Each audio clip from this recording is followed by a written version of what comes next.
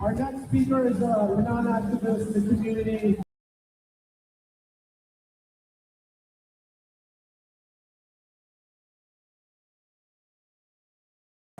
And they do a lot of good work. Give it up for us. Let's see.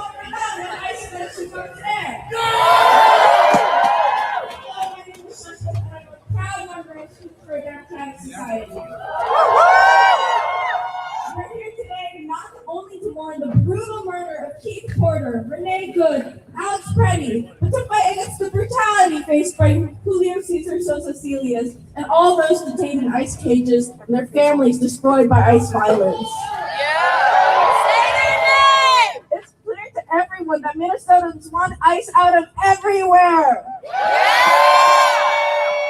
A ghoulish, monstrous agency that should never have come into existence. That's right. The abolition of ICE is a common sense demand, one that we will continue to fight for. Since students have come back on campus, SDS has been protesting ICE officers staying at the Graduate Hotel right off campus. We have been met with riot gear and pepper balls as the police fight to defend property instead of the people they claim to protect. When police officers and ICE agents point their guns at us, I'm reminded of the training they've done at the university's own gun range in Rosemont, Minnesota. Up until 2025, the university leased that gun range to ICE. It's very possible that the killers of Renee Good and Alice Preddy trained alongside UMPD. Shame! The campus community has been shaken to its core by ICE violence. Clubs, Greek life, and cultural centers are banding together to demand no ICE on campus. Our unions are fighting for protections for international students and vulnerable students. Legal observers have been detained in Dinkytown, and the best administration can offer is emails and 2 weeks of hybrid learning. But you guys haven't heard the worst part, but only if you fill out a form detailing why you need it. Your woman deserves better. We demand actual sanctuary campus. We demand emergency response and shutdown for when ICE comes onto our campus. We demand real protections for international students and the protection of data of all of our students. We demand that there's no collaboration between UMPD and ICE or any immigration enforcement. And we demand that all students, regardless of need, have access to a hybrid classroom for the whole semester. We fight so hard, not just because it's right, but because Mirak's fight is our fight. A win for immigrant rights is a win for the students because our enemy is the same. That's why I'll continue to fight Klobuchar just as hard as I'll fight Cunningham. We won't wait 3 more years. We won't wait 3 more years. The people will stop ICE here. The people will stop ICE here. We won't wait 3 more years. We won't wait 3 more years. The people will stop ICE here. The people will stop ICE here. We won't wait 3 more years. We won't wait 3 more years. The people will stop ICE here. The people will stop ICE here. ICE will be beat. ICE will be beat. When the people hit the streets. When the people hit the streets. ICE will be beat. ICE will be beat. When the people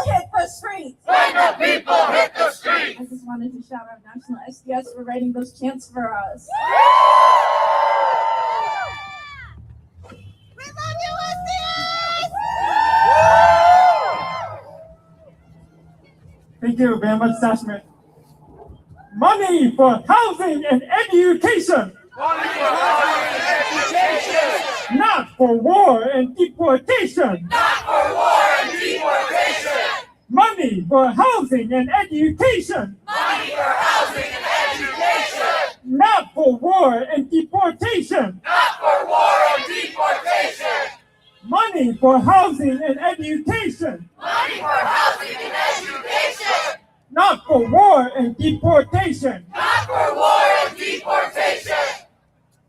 No more tear gas, not another gun. No more tear gas, not another gun. ICE was violent from day one. ICE was violent from day one. No more tear gas, not another gun. No more tear gas, not another gun. ICE was violent from day one. ICE was violent from day one. No more tear gas, not another gun. No more tear gas, not another gun. ICE was violent from day one. ICE was violent from day one. No more tear gas, not another gun. No more tear gas, not another gun. ICE was violent from day one. ICE was violent from day one. Funding ICE is always wrong. Funding ICE is always wrong. ICE break communities all day long. ICE break communities all day long. Funding ICE is always wrong. Funding ICE is always wrong. ICE break communities all day long. ICE break communities all day long. Funding ICE is always wrong. Funding ICE is always wrong. ICE break communities all day long. ICE breaks communities all day long. All right, speaking of education. Yes, thank you all, thank you all. Keep the energy up. All right, speaking of education, I would like to invite another person associated with the education system, Drake, who is a rank and file member of MFE, the Minneapolis Federation of Educators. All right, Drake. Thank you. Thank you for letting me speak. My name is Drake Myers, and I'm a rank and file preschool educator with MFE 59. So that's the Educators Union representing Minneapolis public school educators. If you don't know, people may have seen a lot of our MFE hats recently at different stuff.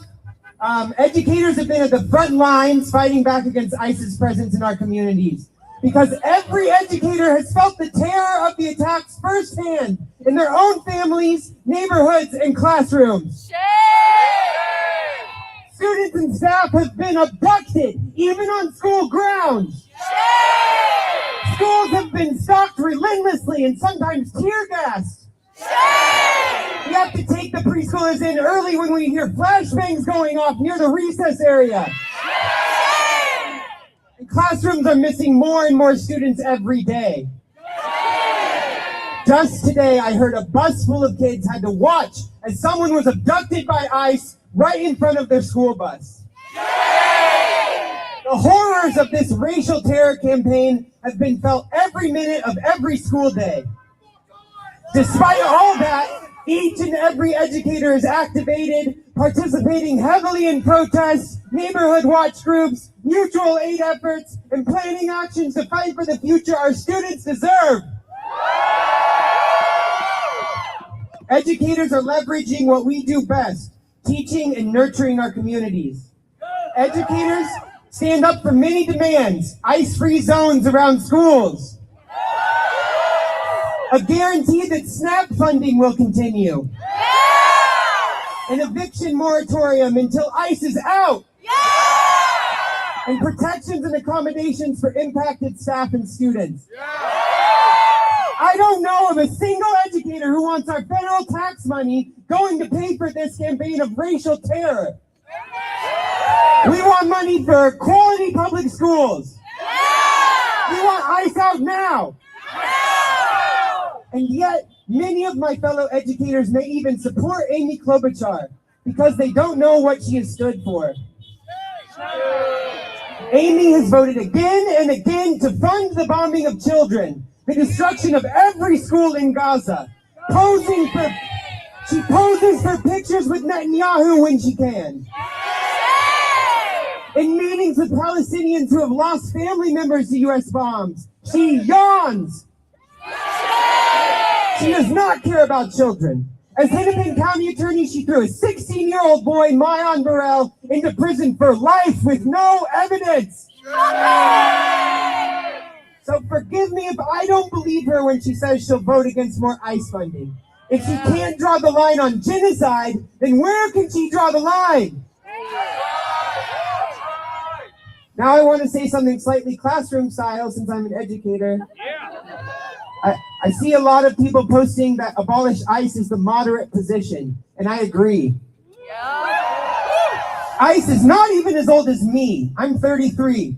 We must get rid of it completely as soon as possible. But that is the moderate position. The immigrants of this country have been organized and fighting for rights since way before ICE existed. And the slogan they've used is "No human being is illegal." Can you raise your hand right now if you believe no human being is illegal?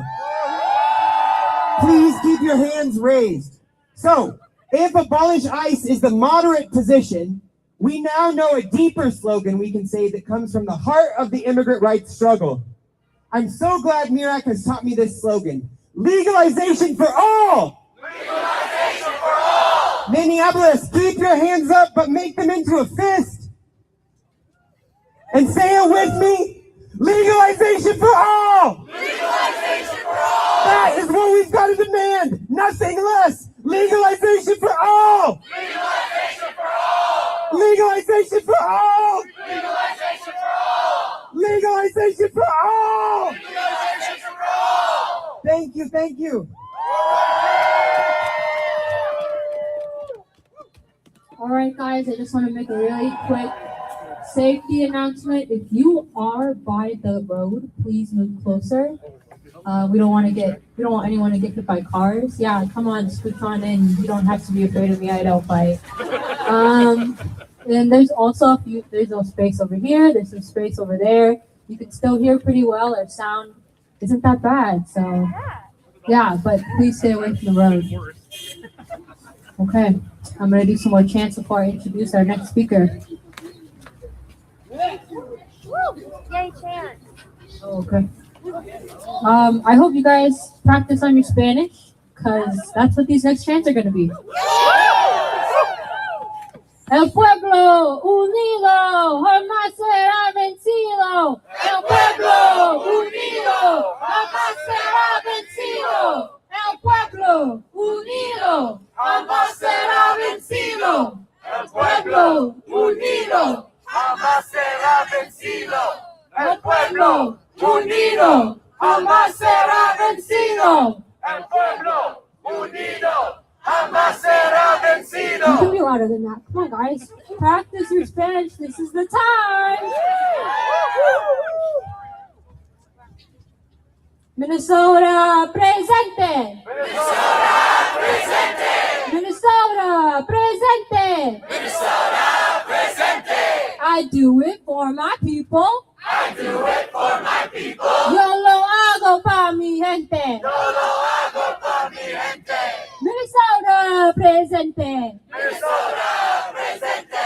Minnesota presente. Minnesota presente. I do it for my people. I do it for my people. Yo lo hago pa mi gente. Yo lo hago por mi gente. Minnesota presente. Minnesota presente. Minnesota presente. Minnesota presente. I do it for my people. I do it for my people. Yo lo hago pa mi gente. Yo lo hago por mi gente. Okay, this is a fun one. Trump, escucha. Escucha. Estamos en la lucha. Estamos en la lucha. Trump, escucha. Trump, escucha. Estamos en la lucha. Estamos en la lucha. Trump, escucha. Trump, escucha. Estamos en la lucha. Estamos en la lucha. Yeah, guys, make sure you're loud enough. I want him to hear us all the way from here, okay? Be loud as possible. I want Amy to be shaking in her boots wherever she is, okay? You gotta be loud. Trump, escucha. Trump, escucha. Estamos en la lucha. Estamos en la lucha. Trump, escucha. Trump, escucha. Estamos en la lucha. Estamos en la lucha. Trump, escucha. Trump, escucha. Estamos en la lucha. Estamos en la lucha. Trump, escucha. Trump, escucha. Estamos en la lucha. Estamos en la lucha.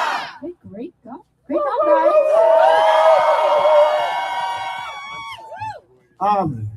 I just want to say, you guys really should give yourself a pat on the back. You guys are here present, fighting for what's right, and you guys are not confused. You know who our enemy is. And I appreciate every single one of you, and I'm here till the end with you all, and thank you guys. I'm really proud to be a Minnesotan. I'm proud to be an activist, and I'm proud to be a part of this community. I just wanted to make one quick announcement. I think someone lost their key fob. If it's you, you can come up here and pick it up from us. Oh, find it. Oh, sorry. Please look out for a key fob. And if you find it, if you find the key fob lying around you, please hand it over to us and we can give it to the person who lost it. All right, thank you for that, listening to me on that. Okay, let's introduce the next speaker of the day, who is Jaylani from the Council of American Islam Relations.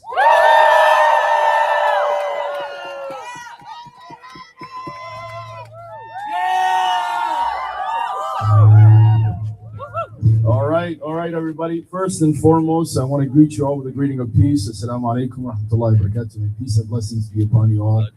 It is incredible to just see so many of you continue to show up. You know, this is an important time for all of us. And I just want you to take 1 second to look to your left, to your right, and to your back.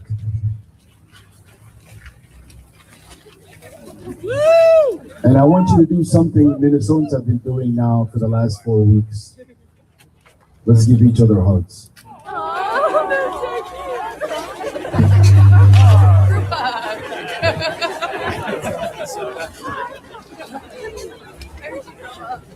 Colorado, just shut up like 10 minutes.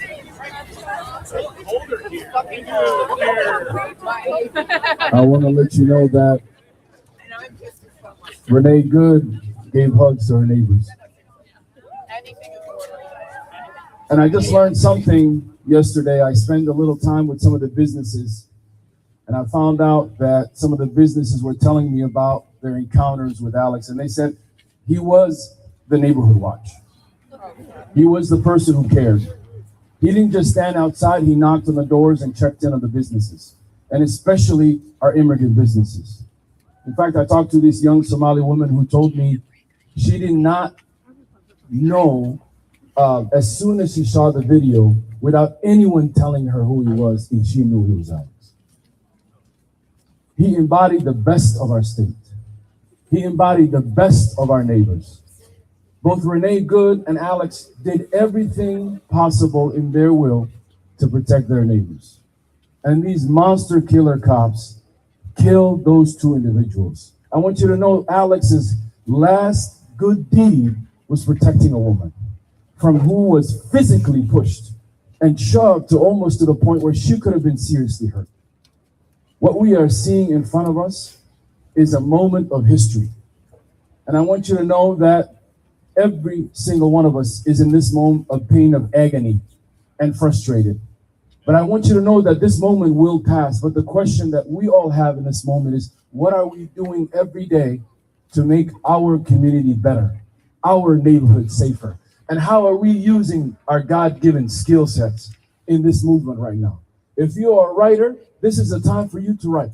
If you are a singer, this is a time for you to sing. If you are a Twitter, Twitter, whatever you do on social, whatever you are good at, this is a time to use it for this movement. Even if you are a knitter, it is time to start knitting. And if you are someone who just has the ability to show up for their neighbors and friends, this is a time to show up for your neighbors and friends. I want to let you know that in this moment, every single time ICE is in our neighborhoods, there are an incredible group of people driving right behind them. An incredible group of people whistling, people honking their horn. Every single one of us stepping up. And for the first time, our neighbors now, as you all heard, we are now starting to see our neighborhoods. We are starting to see who lives next to us. And we are taking care of each other like no other. We will come out of this moment stronger, more connected, and being ready to serve this nation even more. But I want you to know in this moment, there's still a group of people from our communities, some afraid, some worried, some at home. And I want to let you know, this is the moment that we need every single one of you outside. Every single one of you outside. Whether it's the corner of your street or a highway overpass, or in your neighborhood, or in your grocery stores, we need everybody in this moment. Because we need everybody, because I know ICE is losing. I know they are. And I know I've been hearing this, and I want to clarify it for everybody across the world and in the United States. When we mean ICE out of Minnesota, we don't mean ICE going to Maine or somewhere else. We want ICE out of all of the United States of America. We are saying ICE's last battle is in the ISIS state of the country, here in Minnesota. The last battle is here. We have already paid the ultimate price. And we are showing them how kind we are, how we love our neighbors. And because of that, we are showing their hypocrisy. I want you to say this because the rest of the world needs to see. When every time, like Renee was killed and Alice was killed, the first thing that came out of their mouth were lies. Lies about what happened. I want you to say this with me. I want you to say this with me. They are lying. They are lying. They are lying. They are lying. They are lying. And I want you to know in this moment, Minnesota, when they came for our neighbors and they took Renee, so many people who call themselves great Minnesotans were silent, some even defiant, including the Republican Party and the Republican leadership of this state. They stayed silent. They made excuses for the killer cops, but failed to recognize the humanity in Renee Good. And today, after the murder of Alex Petty, even for those who claim and care about the Second Amendment, they found a reason the Second Amendment does not apply to Alex Petty. Shame on them. People like that who are unprincipled, undisciplined, and not morally corrupt. In this moment, Minnesota, there is a day of reckoning, and it's going to come in November. And Minnesotans from all walks of life are going to remember the receipts that we have of those who stood up for our neighbors and those who cowardly stay silent while Trump lied, while his administration lied, and while they killed our own neighbors on our streets. I do have a bit of good news. Some of you heard about it. We finally demoted Little Man. I'm not going to give him his name. Little Man is going over here. How about it? Chant with me. Bye-bye, little man. Bye-bye, little man. You have been officially in Minnesota de-iced.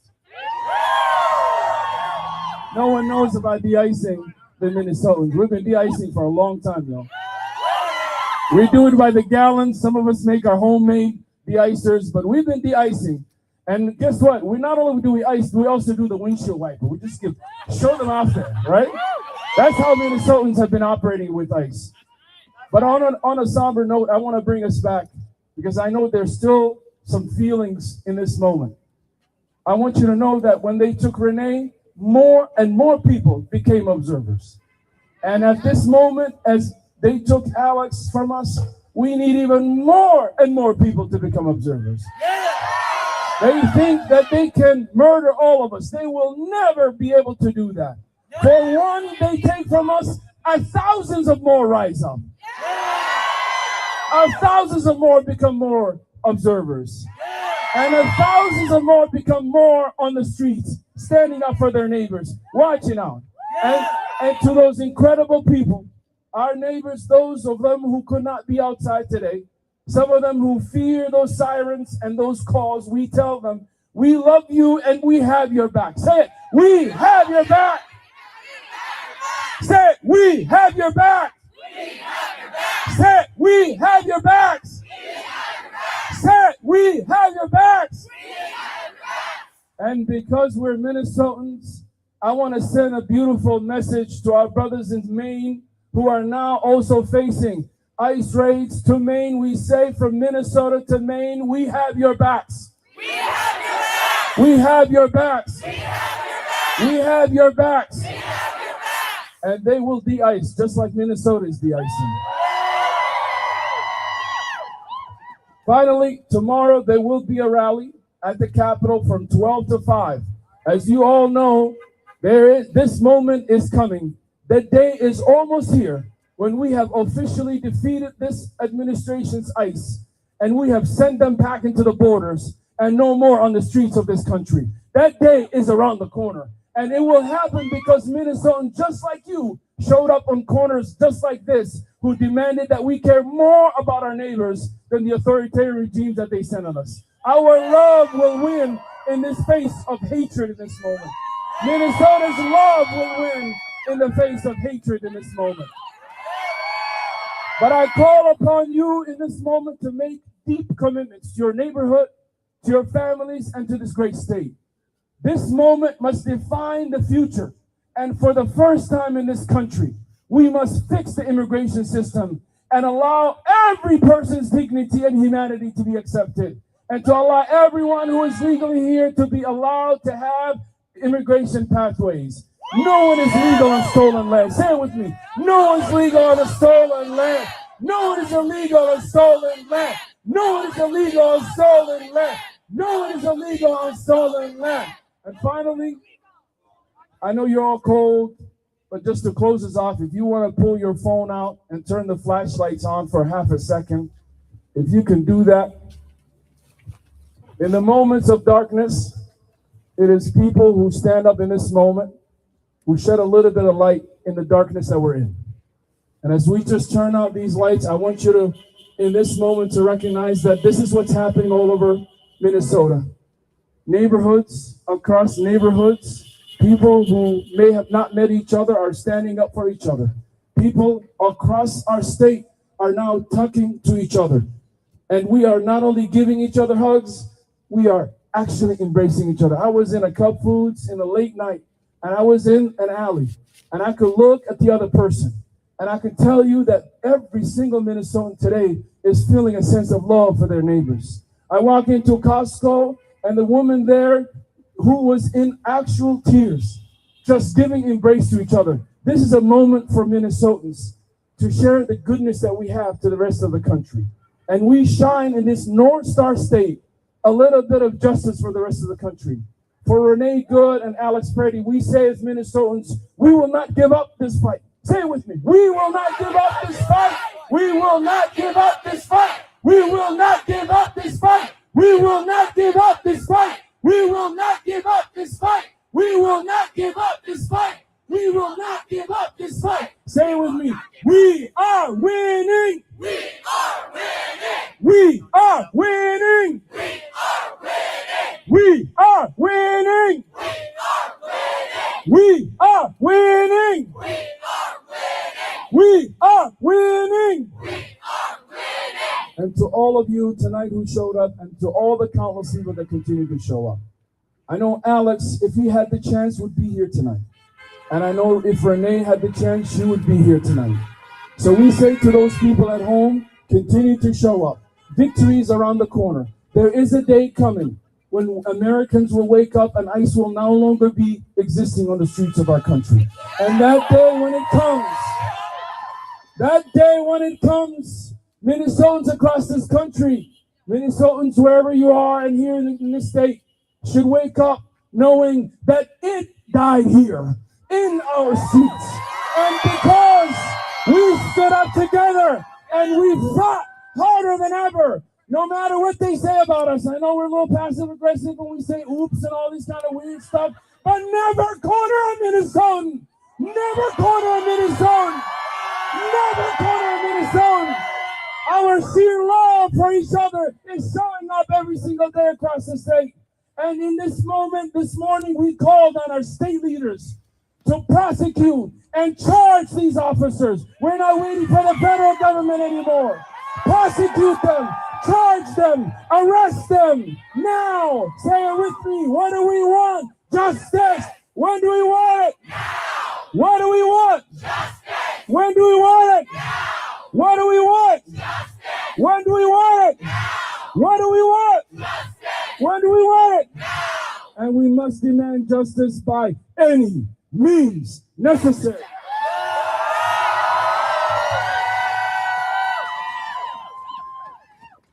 Thank you so much, Jelani, for a powerful end to our speaker program. But please ready yourself because you are about to learn some new chants. So let me hand it over to our member of Mirac, Amino. Thank you guys for coming out this evening. These are some simple chants, but I'm gonna say them with you as well. So I am going to say Maharabna, that means what do we want? And you will say Adalat, and that means justice. And then I will say Gorma Rabna, which means when do we want it? And you will say Hada. So let's do it together. Maharabna, Adalat, Gorma Rabna, Hada, Maharabna, Adalat, Gorma Rabna, Hada, Maharabna, Adalat, Gorma Rabna, Hada. Thank you. Thank you. Let's do one more chant, and it is Gul Minnesota. Can we practice Gul Minnesota? Gul Minnesota! It means victory for Minnesota. So let's do it together. Gul Minnesota! Gul Minnesota! Gul Minnesota! Gul Minnesota! Gul Minnesota! Gul Minnesota! Thank you guys. Thank you everyone. We have one more ask, and that is to call your senators and ask them not to participate in funding this ICE. So thank you guys. Just some quick mention. On Wednesday, PCAT will be doing a bannering off of Lake Street. So please follow, Mirac, TCC for J, AWC for all of the actions that we're having. There's gonna be a lot. There's another one on Saturday. TBD about like the time and place. And on May 1st, we hope to see you for Mirac's 20th anniversary, May Day. And we think it'll be the biggest one yet. So we're gonna end with some chants, and thank you guys again for being here, and get home safe and fuck ICE. And just one more small announcement. Please save the date for May 1st because we are planning to make this the biggest May Day ever. So make sure to come out to that. Hell yeah. Hell yeah. Okay, let's end the rally off with some chants here. When immigrant rights are under attack, what do we do? Stand up, fight back! When immigrant rights are under attack, what do we do? Stand up, fight back! When immigrant rights are under attack, what do we do? Stand up, fight back! From Palestine to Mexico, Palestine to Mexico!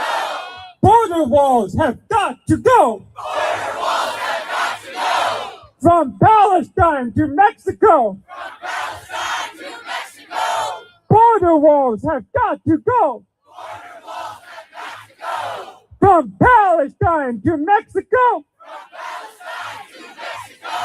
Border walls have got to go. Border walls have got to go. Up with liberation. Up with liberation. Down with deportation. Down with deportation. Up with liberation. Up with liberation. Down with deportation. Down with deportation. Up with liberation. Up with liberation. Down with deportation. Down with deportation. All right, let's conclude with some Spanish ones. Trump, escucha. Trump, escucha. Estamos en la lucha. Estamos en la lucha. Trump, escucha. Trump, escucha. Estamos en la lucha. Estamos en la lucha. Trump, escucha. Trump, escucha. Estamos en la lucha. Estamos en la lucha. Chingo. Chingo. La migra. Chingo. La migra. Chingo. La migra. Chingo. La migra. Chingo. La migra. Chingo. La migra.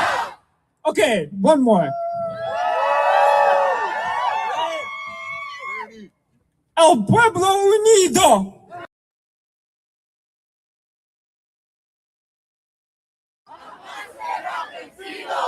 El pueblo unido. El pueblo unido. Jamás será vencido. Jamás será vencido.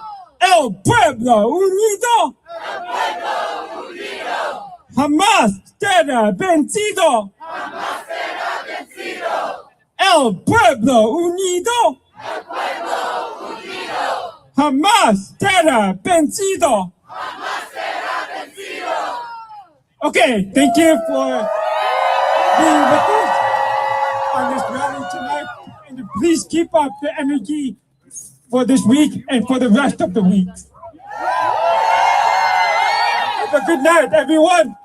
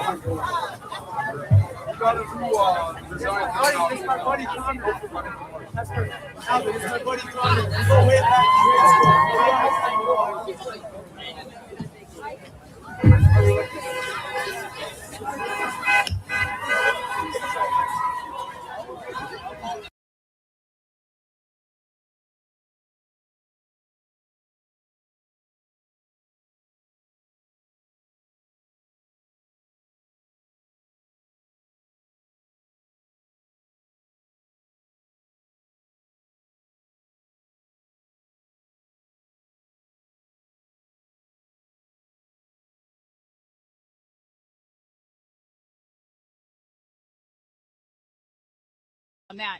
But to start off, I wanted to read this to you because Trump has now pretty much sent a letter to Tim Walz that is coming across as hostage taking in a way. He basically says if they find a way to, they will find a way to cooperate and pull back CPP if he turns over voting records, cooperates with ICE. All of these things seem like non-starters to me. What are your thoughts on all that?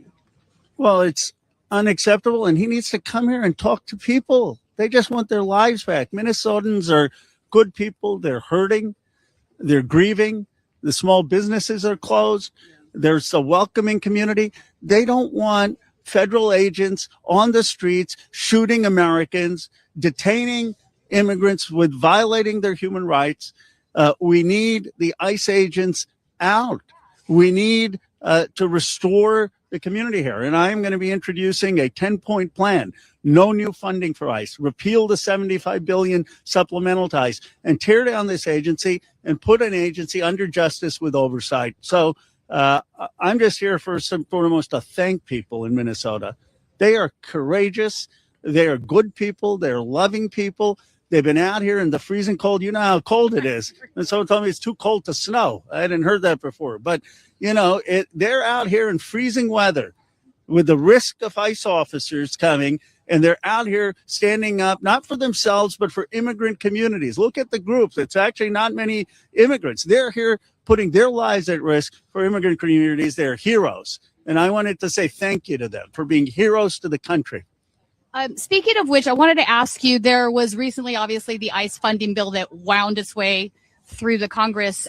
There were some Democrats that voted in favor of that. What are your thoughts on those individuals? You're sort of from the more progressive wing of the Democratic Party. Well, we all should vote no. We shouldn't have voted no in the Senate. No, look, I think Tom Suozzi has said that he regretted that vote, and now he would vote no. I'm for let's make sure the party now unifies around an agenda. No new funding to ICE, repeal the $75 billion, tear down the agency, and start from scratch with an agency under justice. Let's come around those principles. Let's have a unified Democratic Party response. We owe it to the people here in Minnesota. Yeah, indeed. Let's talk about that. So Department of Homeland Security, for folks that don't know, that came about after 9/11. It always was sort of set up to be a little bit of what I would call politicized law enforcement. It sort of had that feeling to it from jump. And I think we're sort of right now seeing the end game of that. So it's interesting that you say we need to get rid of it, scrap it, and build something better in its place. If we went back to the old model pre-DHS, that would mean many of the things that DHS is tasked with now used to belong to the FBI, for example. So, well, look, we had the INS from Roosevelt, 1940, until George W. Bush. And the difference was it operated under the Justice Department. So you actually had training of the law enforcement agents. You had standards. You had accountability. Under DHS, there's no accountability. You basically have state execution, and you have the vice president saying it's absolute immunity, that they can kill any American with no consequence. That is crazy. That is not democracy. And so what I'm saying is, of course, we have to enforce our immigration laws, but have the agency under the jurisdiction of the Justice Department where you have oversight and accountability like we did for decades. Now you need better law enforcement sharing because we had 9/11 and of course there were breakdowns in our sharing of intelligence, but that doesn't mean that you have an agency with total impunity like we currently have with ICE. Right. I wanted to ask you about the Renee Good situation now. So I think something happened on Friday that has very much flown under the political radar because of the news cycle being what it is currently. But one of the FBI agents here in the local Minneapolis office resigned. She was in charge of looking into the shooting. She had opened a civil rights case into looking at Jonathan Ross for what he did. But the Washington folks, I'm going to guess Kash Patel, maybe Pam Bondi, came in and said, no, we're not doing that. We're going to investigate Renee Good instead. So she's now resigned. What are your thoughts on all that? Well, first of all, it's shameful. Pam Bondi is the one who needs to be impeached or resign, not just because she's failed to release the Epstein files, but because of her actions when it comes to Renee Good. I mean, to blame Renee Good when we all saw that she was shot is just shameful. And the reality is you've had people from the Justice Department resign because they haven't opened up a civil rights investigation on the agent. I've said that the agent should be arrested and prosecuted. Now, it's up to a jury of how that plays out. Obviously, he has due process, but he needs to be arrested and prosecuted. And every single ICE officer who's committing these crimes needs to be arrested, needs to be prosecuted, needs to be hauled before Congress to explain themselves. There has to be accountability for the law. We have an administration where there's elite impunity, no accountability. Yeah, no, it is a total impunity, I would say. I want to kind of sort of pivot to Border Patrol for a second. You're from California. I'm from California. So we're more familiar probably with their operations. Right. I think, they've now switched their definition of border to be 100 miles within any airport, which is why you're able to see Border Patrol across the country in just about every neighborhood.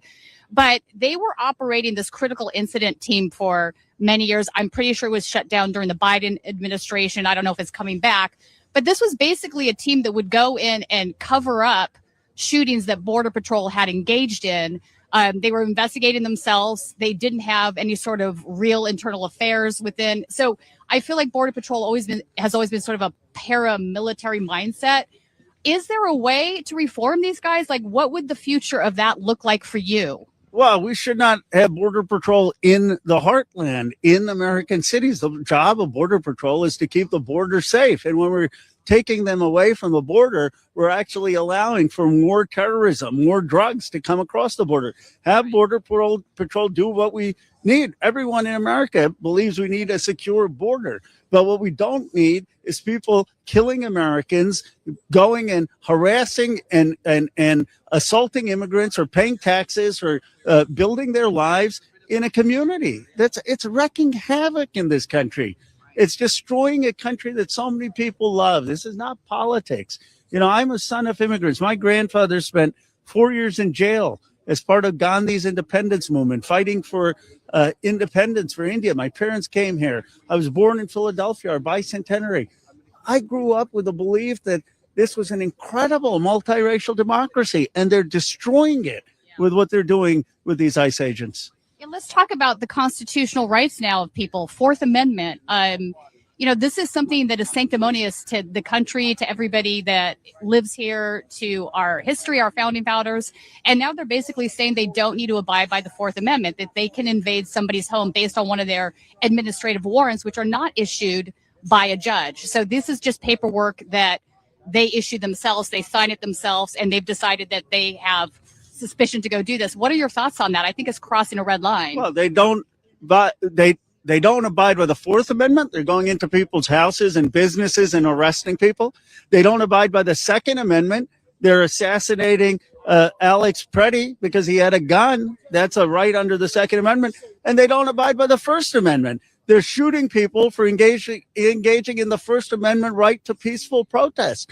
They are violating every aspect of our Bill of Rights. And that's, again, why I'm here in Minnesota, because the people here in Minnesota, in Minneapolis, are standing up for all of us. They're standing up for our Constitution. They're standing up for the First Amendment. They're standing up for the Second Amendment, for the Fourth Amendment, and they deserve the thanks. And I just want them to know from my colleagues how much appreciation we have for them, how much this nation is grateful to them. Indeed. So let's talk about the Second Amendment for a second. Here we have a situation where there you go. Thank you. Thank you. It is cold out. It's very cold out here, folks. It's very, very cold. Thank you, ma'am. So Preddy had a gun on him. It was a legal gun. From what I've seen from watching all these videos, I don't think that those agents would have known that he had a gun if they didn't have him on the floor and they were beating him. So it seems that became evident. He might have said, I have a gun at some point during that interaction. But the point is it was a legal gun. He never pointed it at any officer. He never pulled it or unholstered it. Right. Nothing he did violated anything that would be a Second Amendment protection. It was all legal. Then you see another video where the officer walks away with the gun in his hand. It looks like it might have shot into the cement. I'm not really sure. It looks possibly that that's the case. But again, nothing he did was illegal. And you have Kristi Noem and others basically saying that he was showing up there to do what did she call it? Maximum damage to. Yeah, she called him a terrorist. Yeah. I mean, they're calling Renee Good and Alex Preddy terrorists when they are actually trying to protect immigrants. Alex Preddy was trying to protect a woman. Read the parent statement. And they're angry, not just at the loss of their son. Think about this. They lose their son. And then they have the president and our administration calling him a criminal. It has no shame. So where are these guys out now? These are, sort of traditionally right-wing values that you're allowed to carry a gun, own a gun. You should do that. Something that they would have. So this is something they would have defended, I think, if it was a right-wing guy on the ground and the opposite was true. But they don't seem to be seeing how that's hypocrisy. Well, I'm talking to some of the Republicans who are making this point, that they think this is a violation of the Second Amendment, and they see this as government overreach. And, I cooperated with Thomas Massey on the Epstein files and worked with Marjorie Taylor Greene, Lauren Boebert, Nancy Mace. And I'm working with some Republicans to say, look, let's look at this not just as an immigration issue, as an issue of federal government overreach. You don't want federal law enforcement going after people for engaging in peaceful protest. You don't want them going after anyone who's carrying a gun. They're violating our freedoms. So Tom Homan is now coming to town, we're being told, to act as an intermediary for questioning, I believe. What are your thoughts on that? I don't understand what he is doing here. He's head of the Border Patrol. He has no business here. There needs to be de-escalation. They need to take the ICE officers out, and they've got to start rebuilding this community. And I appeal to the president on that, because he's creating division and violence. This isn't good for him. So I don't understand what bringing Tom Harmon out here is going to do. Yeah, his popularity numbers are plummeting as we speak. I do think that we have maybe hit a red line that even the right wing is like, yeah, this is a bridge too far. The New York Post is saying this has gone too far. It's gone too far. It's never gone too far. They're killing American citizens. No one signed up for this. No one who voted for him thought they would be killing a 37-year-old American nurse. Let's switch a second here to the Epstein files. You brought that up with Tom Massey. You have been at the lead of getting these released. So they promised they were going to release these documents. They've only released a small percentage of them. The ones they have released are heavily, heavily redacted. Right. And they're now dragging their feet. So, A, what's your thought on that? What's your next move in regards to that? And then the second part of that is this going to be the thing that gets the MAGA folks out of their cult? Well, this again is about elite impunity, right? It's a group of people who raped underage girls from working class families who face no consequences. Now you got ICE officers who are killing working class people facing no consequences. We need accountability in this country. I do believe that the Epstein class needs to go and be held accountable, and Thomas Massey and I will achieve this. We're in federal court arguing for this. The survivors are in federal court. I've talked to the survivors' lawyers. Our actions now are forcing some further releases that will take place over the next 2 weeks. And we're going to keep at it to get the survivors' statements where they talk about the other rich and powerful men who raped them, to get the statements of who else was involved. The American people are going to be horrified when it comes out that powerful politicians, powerful financiers raped underage girls. It's horrific. Including Trump. Is this the dog wagging its tail? Is this him trying to form some sort of distraction from, what we're seeing right now here in Minneapolis? Is it a form of distraction from that? Well, look, I don't want to engage in speculation. And what happened here is terrible in its own right. But what I'll say that links that with the Epstein files is this sense that the elites have a different set of rules, that they can get away with a different set of justice. And this country has to have justice. In Deuteronomy 16, it says, justice, justice thou shalt have. We need justice in this country. Insurrection Act. Is this a prelude to that? We've heard Trump sort of threaten that multiple times now in various circumstances. Are we inching closer to that? Is that the end game? Some people are speculating that is the end game. What are your thoughts? I hope we have a de-escalation. I'm glad that President Trump and Governor Walz had a conversation. I hope it leads to these ICE agents leaving. There is no justification for an insurrection. Look at the streets in Minneapolis. Does this look like an insurrection? People should come here and meet the people. There is no insurrection going on. It's a patently absurd thing. I wouldn't fly into Minneapolis if there was some kind of insurrection. Come on. Yeah, they do tend to exaggerate. I'm sorry.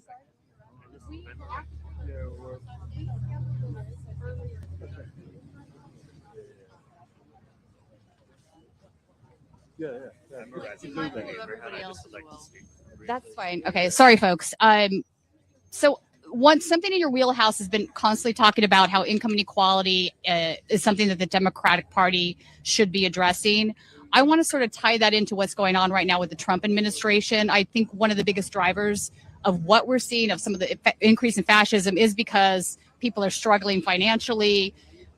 We did not give them what I would call a left exit to income inequality in the country. So they turned to this populist demagogue on the right who is not delivering on anything he promised, let's be clear.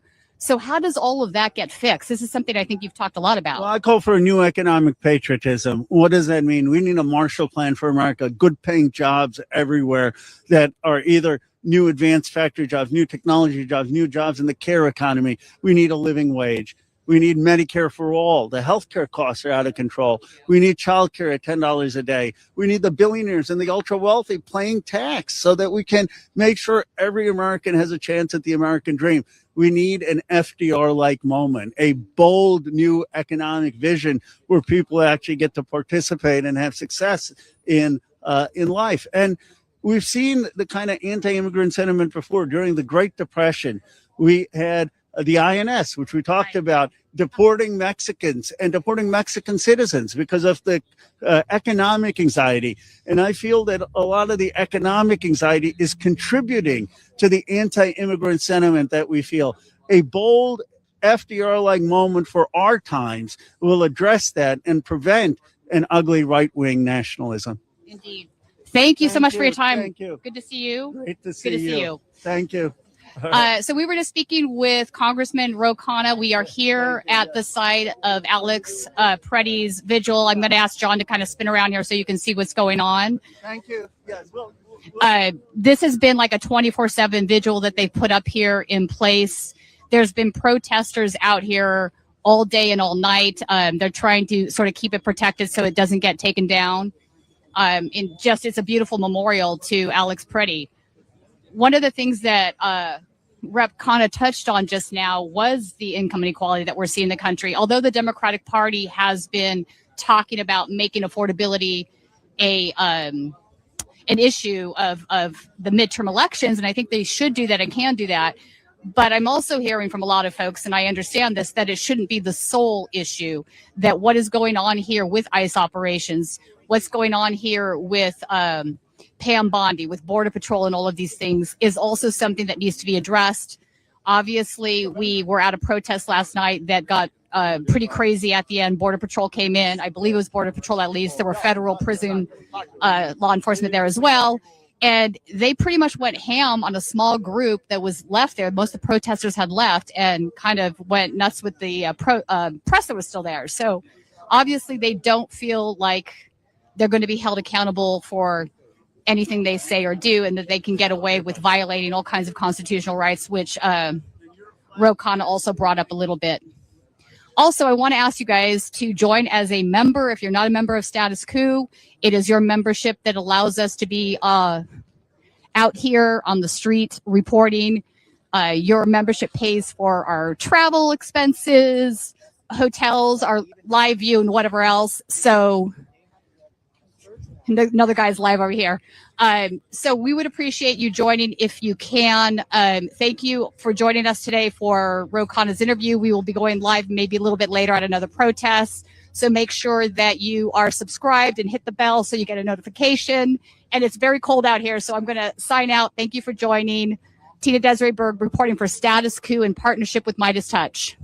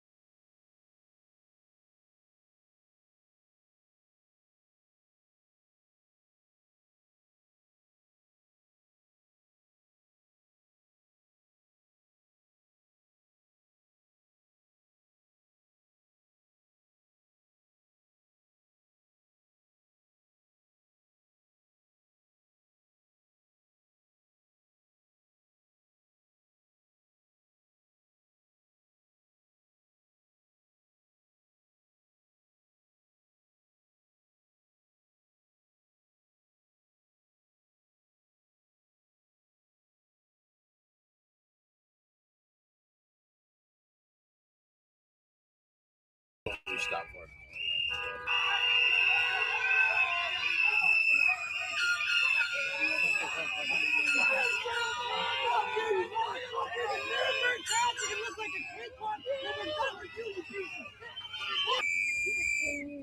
Greg, are you getting some thumbs ups, or is it all just people kind of angry and frustrated? What do you have? Absolutely, quite a bit of thumbs up. We always do. So definitely more paparazzi here.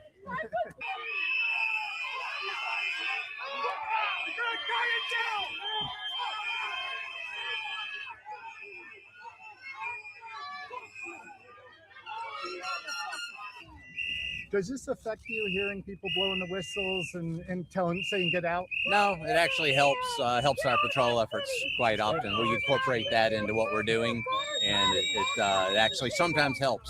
So, how do you?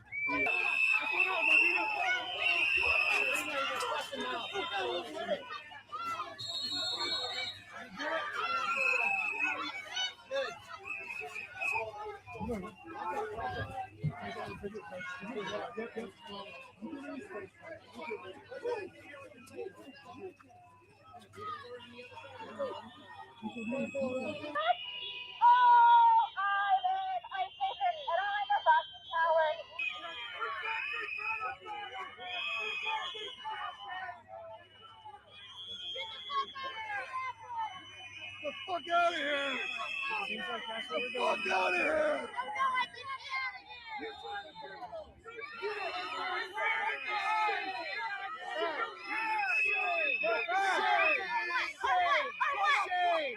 Shame! You are the illegal! You are the criminal! You are a criminal! You are a criminal!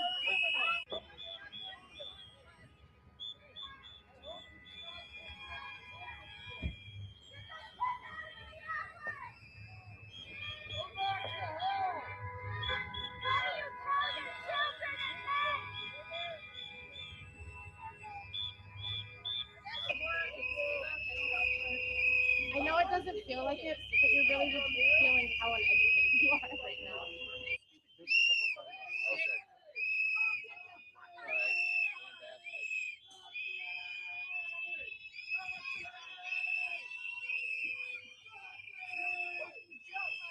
Greg, does this deter you at all, or encourage you, motivate you? Take it easy, man. Take it easy. Hey, where's Ashley?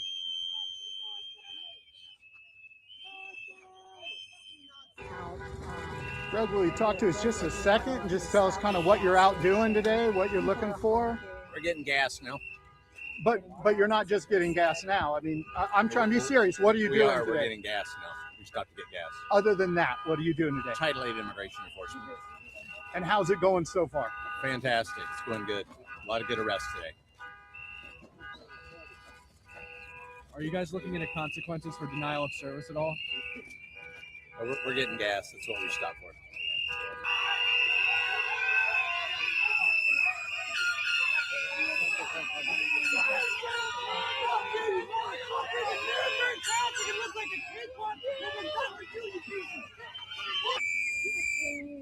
Greg, are you getting some thumbs ups, or is it all just people kind of? For in counterinsurgency, trained in detainee operations, I can tell you from my perspective, the man, Alex, was not resisting. What I saw disgusted me. It made me feel sick to my stomach. And last night, before I went to bed, I couldn't stop thinking about it.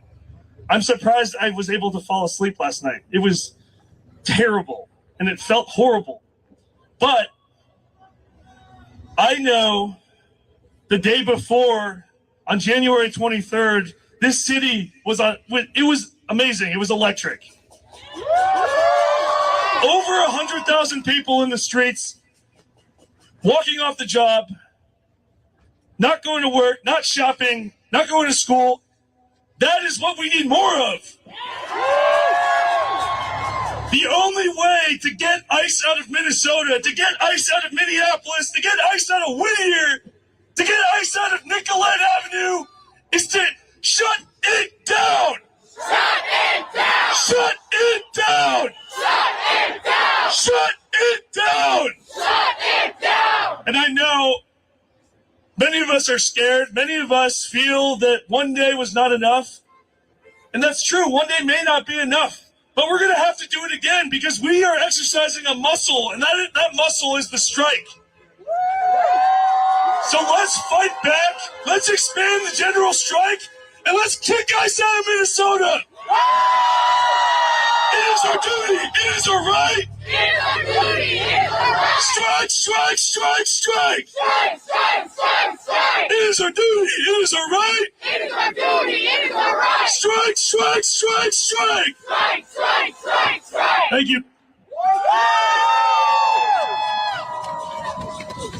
Thank you so much, Doug. Make some noise for Doug right there. Let's keep warm. Let's keep chanting. How about this? Up, up with liberation. Up with liberation. Down, down with deportation. Down, down with deportation. Up with liberation. Up with liberation. Down, down with deportation. Down, down with deportation. Up with liberation. Up with liberation. Down with deportation. Down with deportation. Now, one thing I want to tell you guys, to remind you guys, like Doug was just saying, when we shut it down, they can get that message loud and clear. But we got something really special in Minnesota, Minneapolis, because we are at the heart of this struggle. Every state, every city is looking at ours, seeing this terror reign on our streets. But at the same time, they saw hundreds of thousands of you, of me, of us shut it down on Friday. Isn't that right, Minnesota? So let's keep them up with us, but let's do it in Minnesota fashion. How about this one? No more Minnesota nice. No more Minnesota nice. Minneapolis will strike. Minneapolis will strike. No more Minnesota nice. No more Minnesota nice. Minneapolis will strike. Minneapolis will strike. Minneapolis will strike. Minneapolis will strike. Minneapolis will strike. Minneapolis will strike. If we don't get it, shut it down. We don't get it, shut it down. If we don't get it, Shut it down. if we don't get it, Shut it down. if Renee don't get it, Shut it down. if Renee don't get it, Shut it down. if Alex don't get it, Shut it down. if Alex don't get it, Shut it down. if Alex don't get it, Shut it down. shut it down. Shut it down. Shut it down. Shut it down. Shut it down. Shut it down. Shut it down. Shut it down. Shut it down. Minneapolis, guys, don't Fuck Richie, no! I got another speaker for you here today. He's a teacher. His name is John. Making some noise for John, please.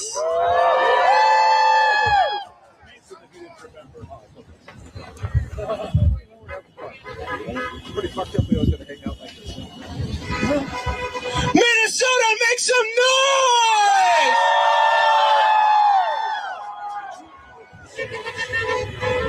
My name is John. I'm an organizer with the PSL Twin Cities. I'm a Minneapolis public school teacher. I have never been more proud of my life to be Minnesota born and raised. I am here to tell you today that teachers have had enough. We are done. You know, a lot of people have been asking me what's happening in the schools right now. The truth is, I'm only getting 20% of my students. Many have disappeared. Many are not coming to school at all because of the fear. And I have seen firsthand the terror that ICE is causing in our communities. Shame.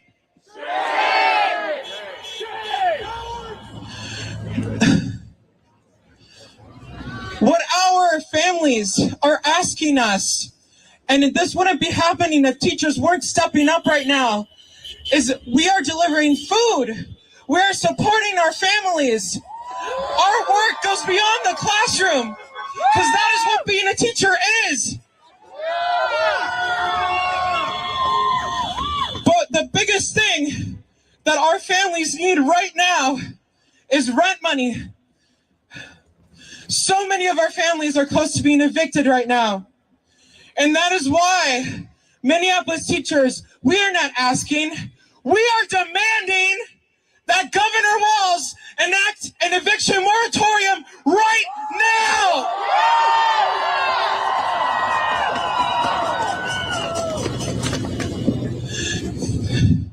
And it's not going to take just us teachers. It's going to take each and every one of us. We know our people.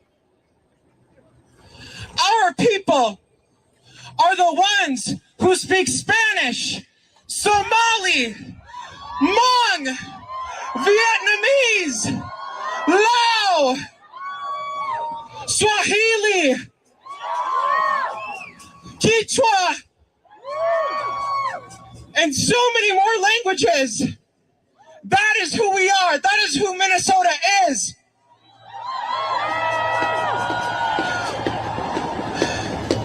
But we all understand one thing. And it is that if we don't get it, if we do not get it, if we do not get it, shut it down! Shut it down! Shut it down! Shut it down! Shut it down! Shut it down! Shut it down! Shut it down! Shut it down! Shut it down!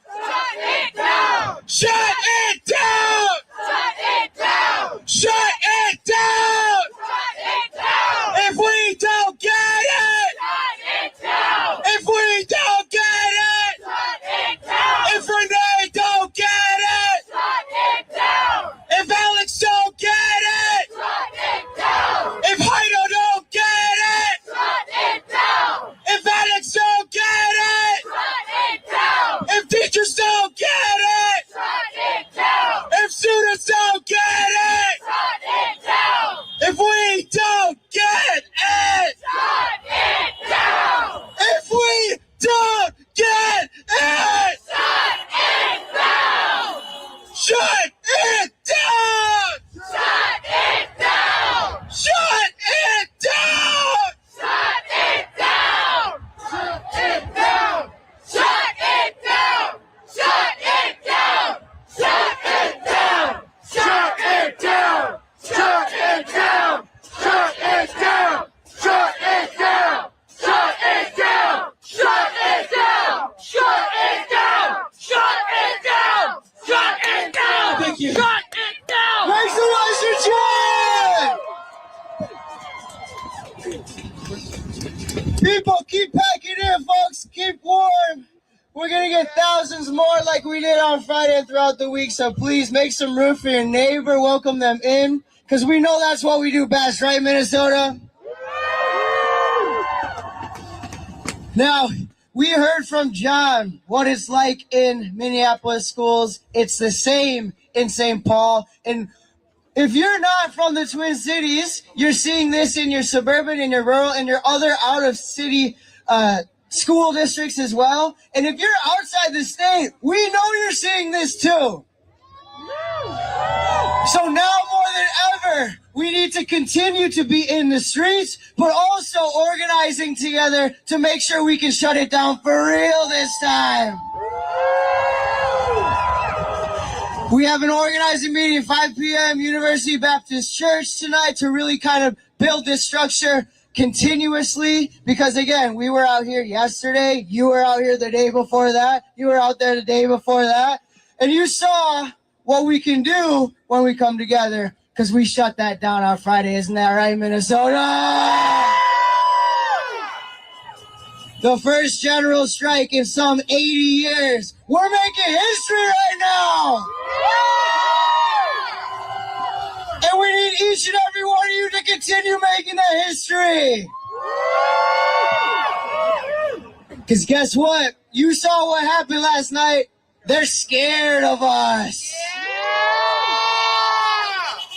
They know the power that we have, so they do this violence. But as long as we stick together, we can keep it coming, folks. Make some noise, Minnesota!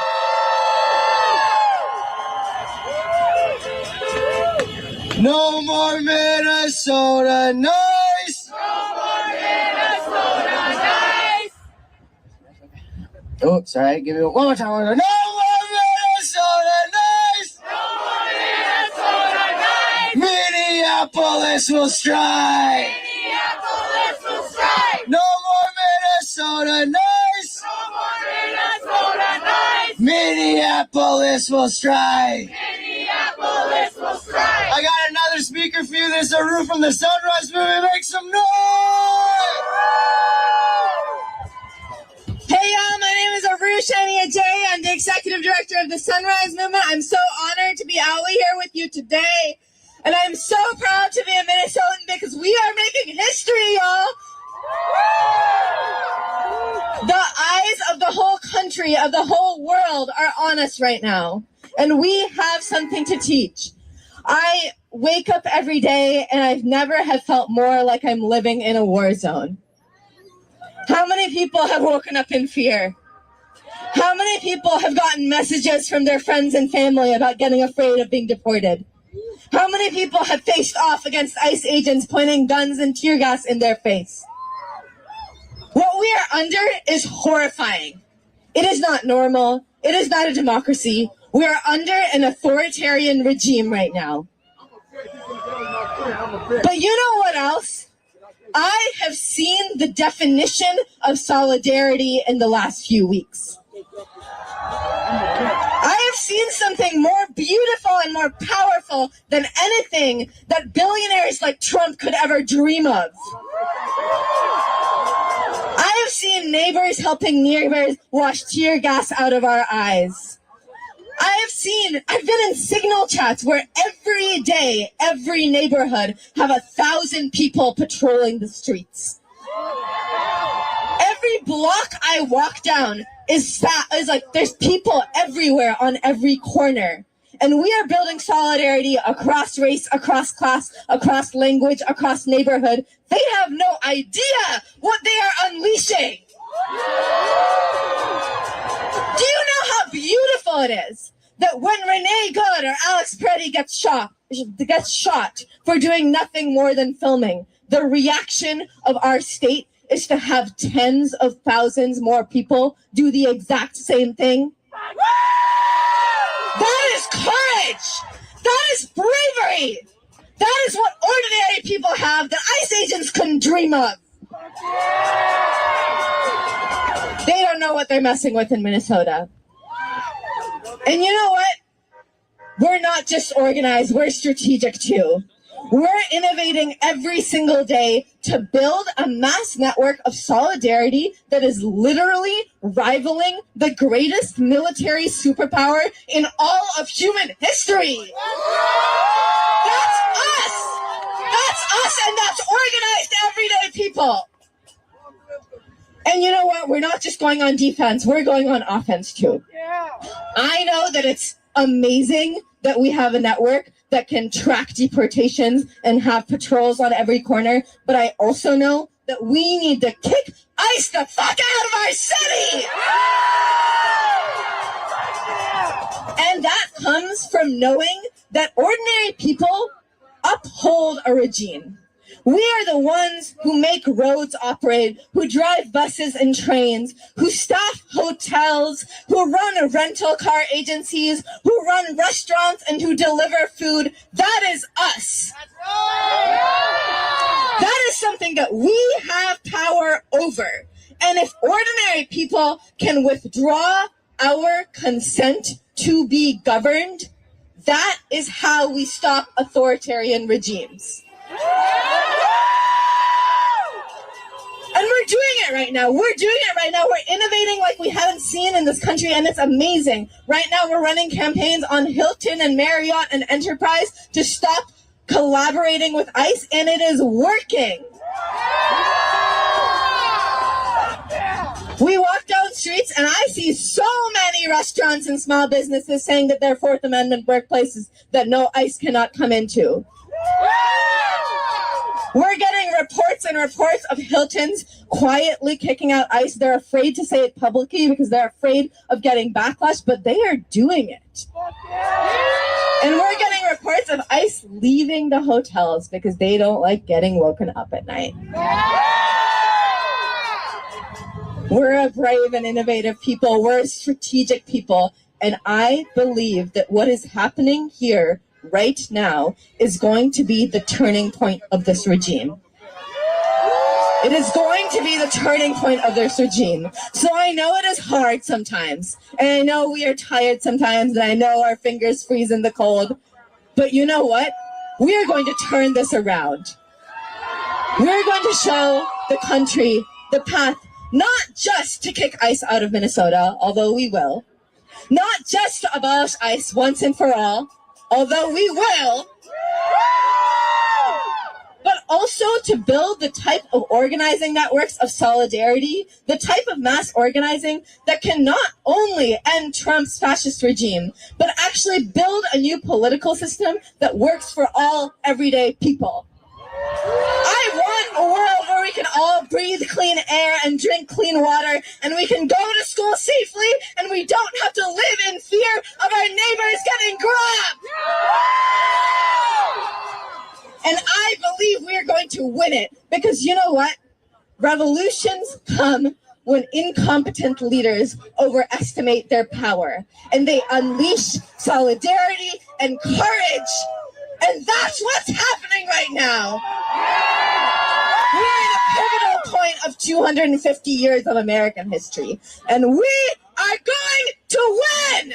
I believe that we will win. I believe that we will win. I believe that we will win. I believe that we will win. I believe that we will win. I believe that we will win. I believe that we will win.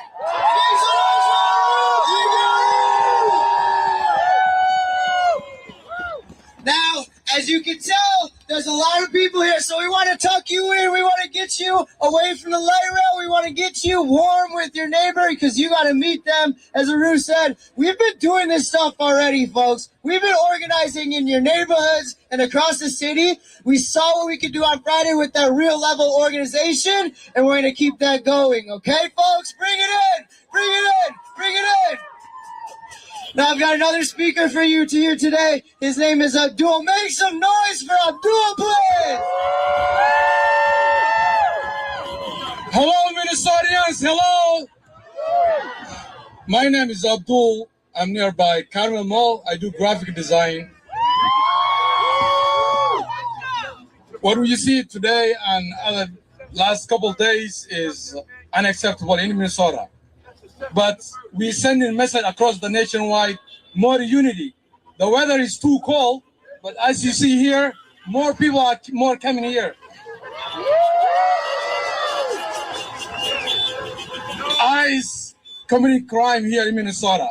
I used to drive semi-truck, U.S. Border Patrol, they don't wear masks. And what we see here today, they wear masks, they don't identify themselves. Anyone who drives semi-truck, have you seen U.S. Border Patrol wear a mask? No. Why they wear a mask? They don't identify themselves? They want to kill us every day from Portland to Nicollet. What's next? What is next? Enough is enough. ICE out of Minnesota. ICE out of Minnesota. ICE out of Minnesota. ICE out of Minnesota. ICE out of Minnesota. Enough is enough. Enough is enough. We don't need more ICE in Minnesota. We have police and Senate. We don't want more ICE in Minnesota. Every day they're killing us. This is unacceptable. We have to send a clear message to administration. We don't need more ICE. No more. Economic is collapsing these days. Inflation is too high and killing more people every day. No more. No more.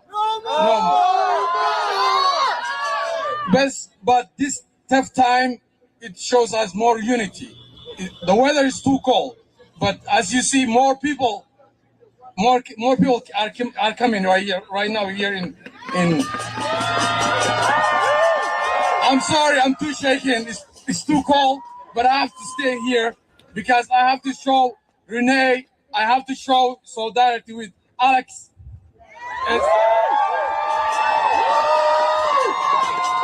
Alex, yesterday, what you see on the TV, he was saving a life. He used to save a life every day. The last moment you saw him, he was saving a life. The reason they killed, why? He was saving a life on the street, not the hospital. That's right. That's why they killed him.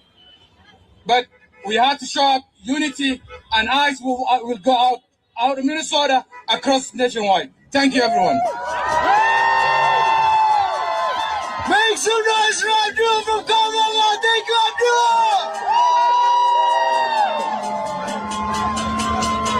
no more Minnesota nights. No more Minnesota nights. Minneapolis will strike. Minneapolis will strike. No more Minnesota nights. No more Minnesota nights. Yeah, Minneapolis will strike. Minneapolis will strike. No more Minnesota nights. No more Minnesota nights. Minneapolis will strike. Minneapolis will strike. No more Minnesota nights. No more Minnesota nights. Minneapolis will strike. Minneapolis will strike. Minneapolis will strike. Minneapolis will strike. Yeah, Minneapolis will strike. Minneapolis will strike. What do we want? And what do we want it? What do we want? What do we want it? What do we want? What do we want it? What do we want it? What do we want it? What do we want it? What do we want it? What do we want? What do we want it? If we don't get it, shut it down. I said if we don't get it, shut it down. Shut it down. Shut it down. Shut it down. Shut it down. Yeah, shut it down. Shut it down. Shut it down. Shut it down. Shut it down. Make some noise. Next up, we have a speaker, Simon from the PSL. Make some noise.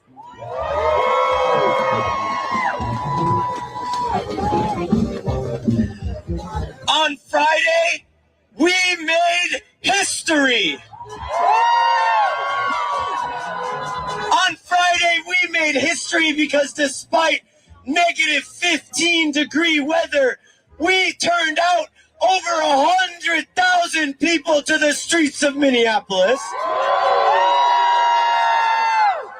And we shut this state down. The Trump administration, with the DHS operation of sending 3,000 agents to the Twin Cities, they are trying to make an example of the Twin Cities. But what we did on Friday and what we continue to do, putting thousands and tens of thousands and hundreds of thousands in the streets day after day, is we have set the model for the nation. And the model that the Twin Cities has set is that when DHS comes and tries to terrorize your community and kills your community members, we respond by shutting it down. And because of what we did on Friday, we have seen hundreds of demonstrations across the country.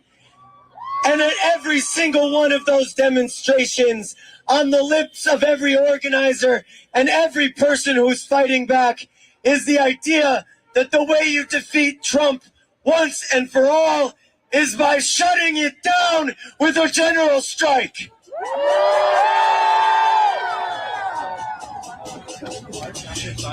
And like all of you, I woke up yesterday morning to the tragic news of yet another ICE CBP killing of one of our community members. And whether it's by design or by coincidence, we know that they want us to stay home and to be afraid. And we respond by saying no.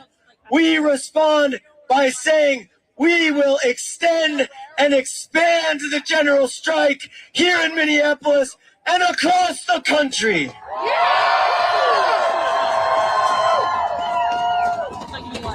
If we don't get no justice, they don't get no peace. If we don't get no justice, then they don't get no peace. If we don't get no justice, then they don't get no peace. We don't get no justice, then they don't get no peace. We don't get no justice, they don't get no peace. If we don't get no justice, they don't get no peace. It is our duty, it is our right. It is our duty, it is our right. Strike, strike, strike, strike. Strike, strike, strike, strike. It is our duty, it is our right. It is our duty, it is our right. Strike, strike, strike, strike. Strike, strike, strike, strike. It is our duty, it is our right. It is our duty, it is our right. Strike, strike, strike, strike. Strike, strike, strike, strike. Minneapolis, make some noise!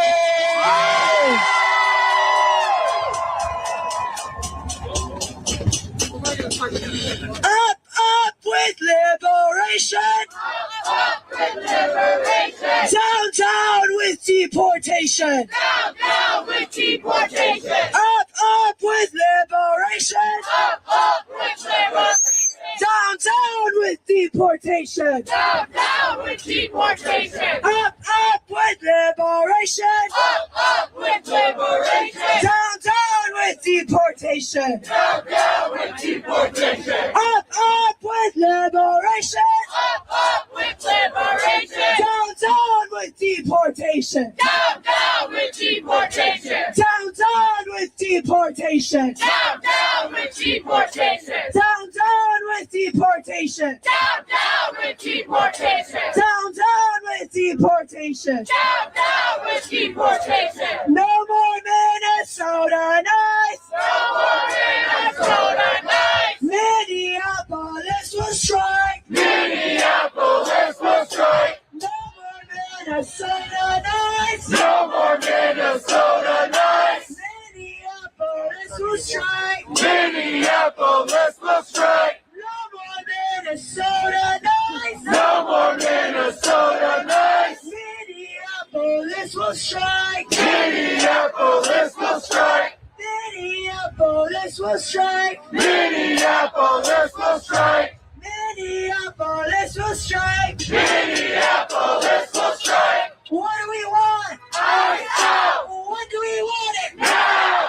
What do we want? Ice out! What do we want it? Now! What do we want? Ice out! What do we want it? Now! What do we want? Ice out! What do we want it? Now! What do we want? Ice out! What do we want it? Now! And if we don't get it, Shut it down! if we don't get it, Shut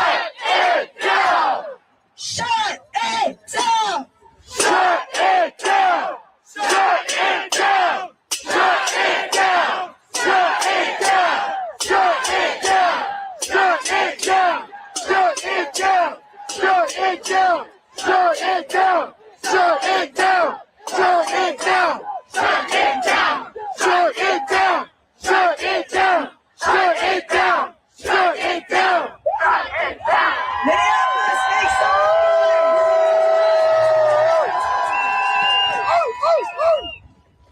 The people united will never be defeated! The people united will never be defeated! The people united will never be defeated! The people united will never be defeated!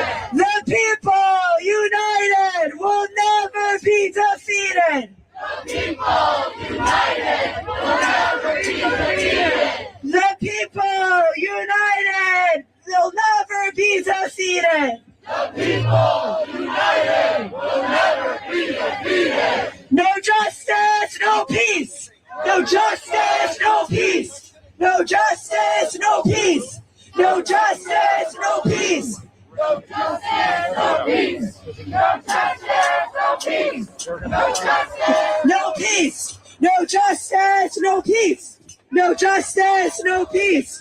No justice, no peace! No justice, no peace! No justice, no peace! No justice, no peace! Justice, no peace! No justice, no peace! Minneapolis! Who's ready to move?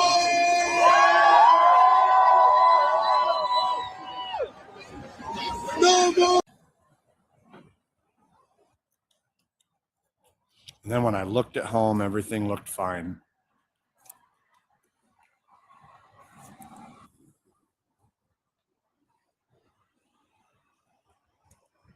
So be it.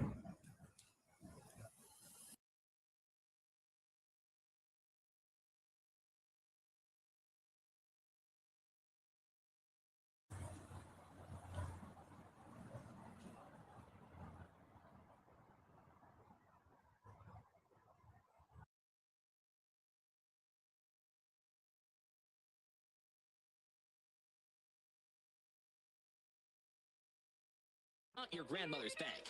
Although, actually, we could be. Because since 1960, we've been serving Elko alongside our community members. When you join, you're not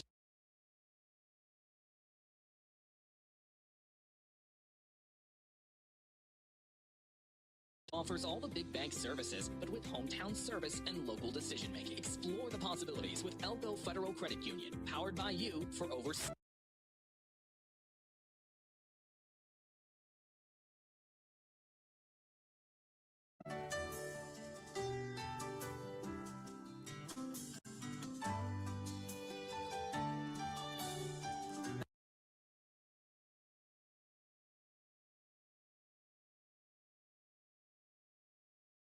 That was your night. Mine was wonderful with you by my side.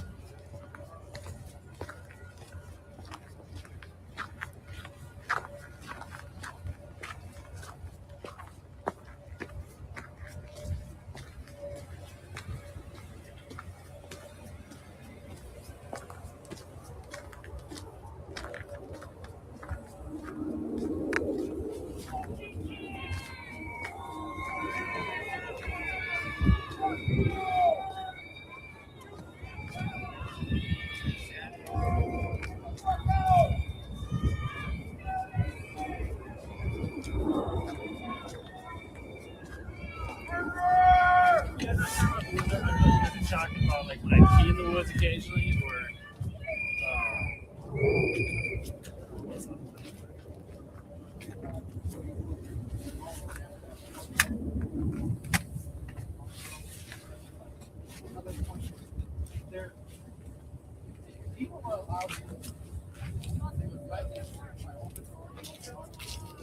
Stay safe, stay warm. Yeah. Stay safe, stay warm.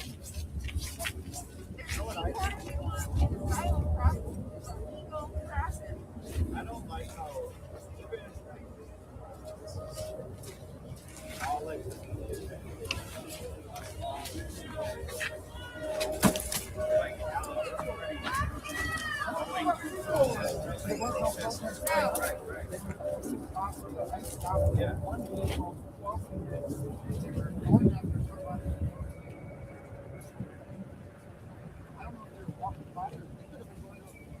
Hey, just so you guys know, there's no at the other end, so those fascist pigs have a way out without being yelled at. Oh, you're out of here now? I gotta get out of here, but yeah, there's no one else down there, so. Okay. There's nobody else down there? No one else. Okay. Another thing I wanted to say. Walk around, you'll see them right by the light rail track. Under the new process.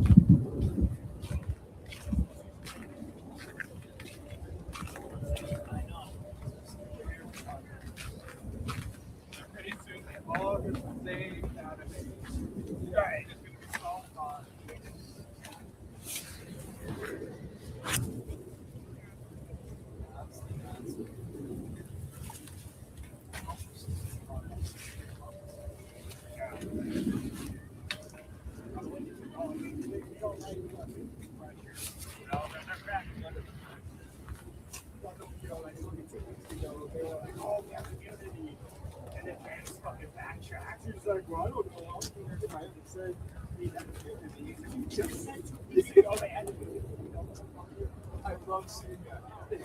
Yeah. Words are not there. I know it changed how I did my job. They were holding it. They made the fatal error. They would come to further right side. Pick a side, motherfucker! Fuck out of Minneapolis! Come on over here. Come on.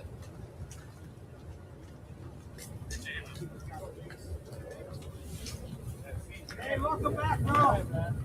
Welcome back.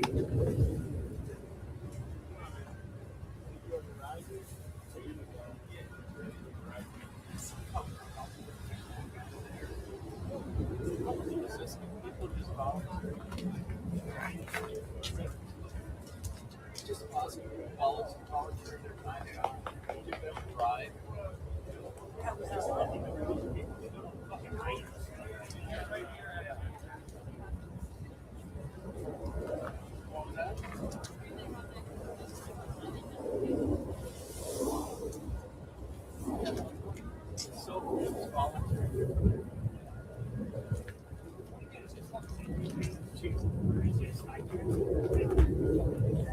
I know. So many people have died.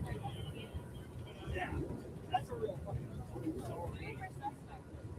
That's so much of the point, you know, just realizing people like victimizing and then optics behind it, you know, they just want to strike fear in everybody, you know, hearts and minds. Yeah. They sweat you, think about like big dogs. They expect all of us. Then you stand around and all of a sudden.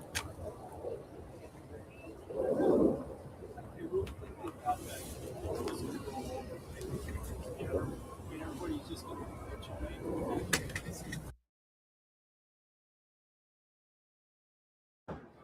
Hello, everyone. My name is Keith Ellison. I'm the Attorney General for the state of Minnesota. I'm joined by my colleagues, who I'm very proud of today, Lindsay Middlecamp and Brian Carter, who stood up in front of the court today and made the case for Minnesota that our state has every right to have our own laws, have our own policies, and that the federal government doesn't have any right to try to flood us, threaten us with retribution, and to coerce the state of Minnesota into complying with Trump policy. At the end of the day, I stand here with Renee Good in my heart and in my mind, and with Alex Preddy in my heart, in my mind, in their families. Together with other people who have suffered racial profiling, unfair detention, together with every business person whose business has been shuttered because of this, on behalf of every student and every parent who can't get their kids to school because they are afraid of the federal government, and on behalf of our city partners in Minneapolis and St. Paul, who have incurred tremendous increase in costs responding to this ICE escalation. They tell us, and this is their words, this is the single largest deployment of immigration officers in one place at one time, in a state that is not even in the top of immigration. What justifies this disproportionate flood? Nothing legitimate, but the president has been clear. Retribution, he's been clear. He's going to, we didn't vote for him. So he was really salty about that. And it's unjustified and illegal. And we are praying for the relief that the state of Minnesota needs from the court. And I want to thank the court for listening so carefully. And I just want to thank all of the lawyers and all the staff who came before us today. I'll give my colleagues a chance to make any comment they want, and then we'll answer a few questions. Then we got to get back to work.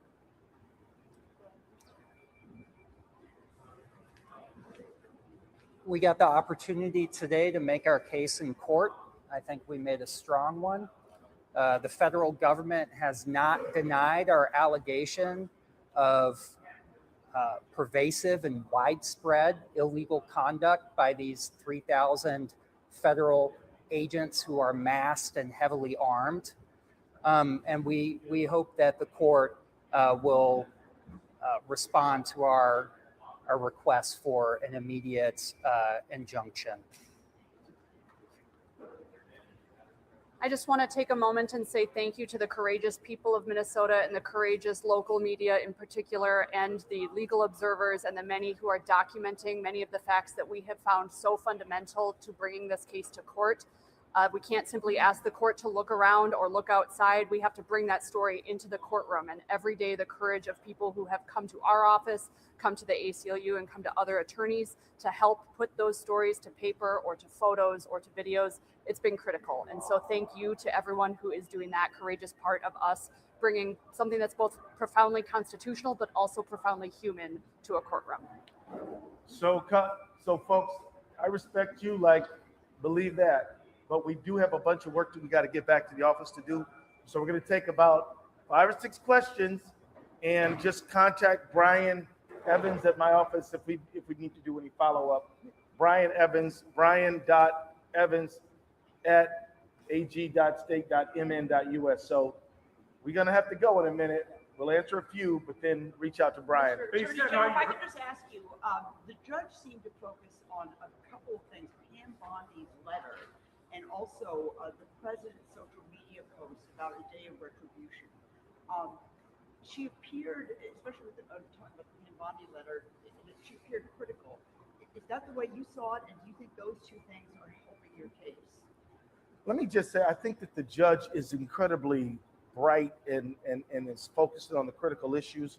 I'm not sure what to conclude or based on her questions, but it appeared to me, and I got the sense that she understood the issues very well. And I'll just say on my own behalf that the Pam Bondi letter, it kind of reveals what this is all about. This is not about fraud, and it's not even about immigration, and it's certainly not about law enforcement. It's about handing over documents of the state of Minnesota, private information, including voting information, to the federal government. That's what this is about. And that's why we're fighting it. Do you mind just briefly summarizing what the legal argument was, both the retribution argument and then the 10th Amendment argument that it prevents the state from conducting its own public safety, public health? Just can you put that in a nutshell, what you expanded on in court, just to help us out? I'll let my colleague jump in here. Yeah, thank you for the question. So I'll respond mainly with just describing the coercion argument.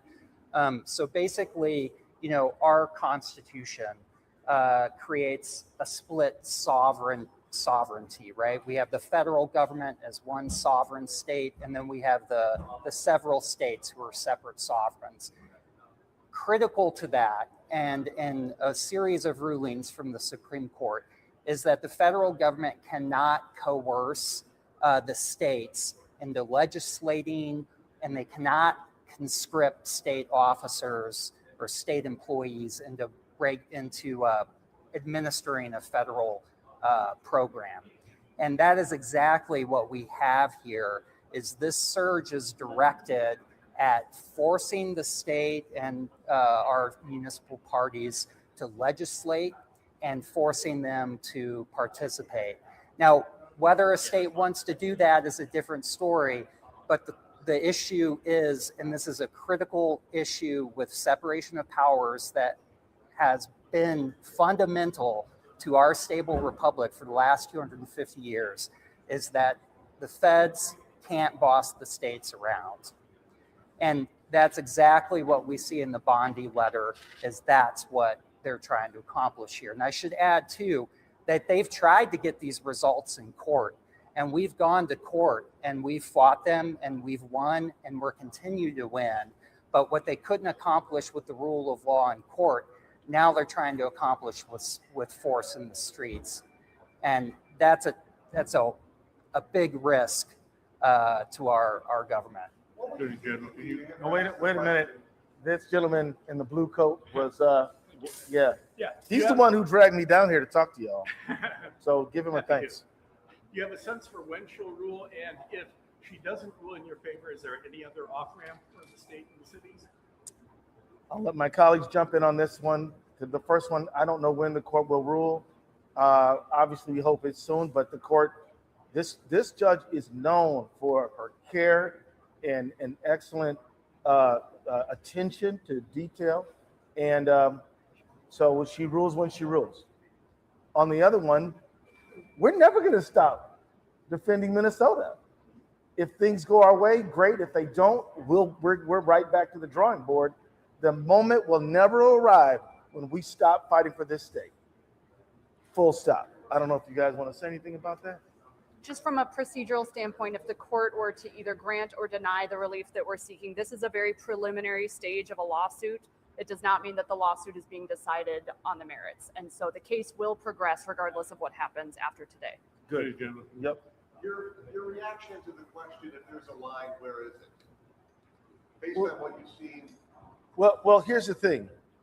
If we were talking about a statute from Congress that said you states have to do what we say, then we really wouldn't be having much of a debate. It would clearly be commandeering. But what if instead of a statute saying you must do this, I go get 4,000 people and drop them into the middle of your state and start basically pushing you around and causing chaos? Can they achieve, with force and coercion and armed mass men on the street, what they couldn't achieve with a coercive statute? We say no. And so from my standpoint, once they decided that this is retribution against Minnesota and we're going to make you do it our way because we're the federal government and you're not, once they did that, they crossed the line. After that, they filled in more.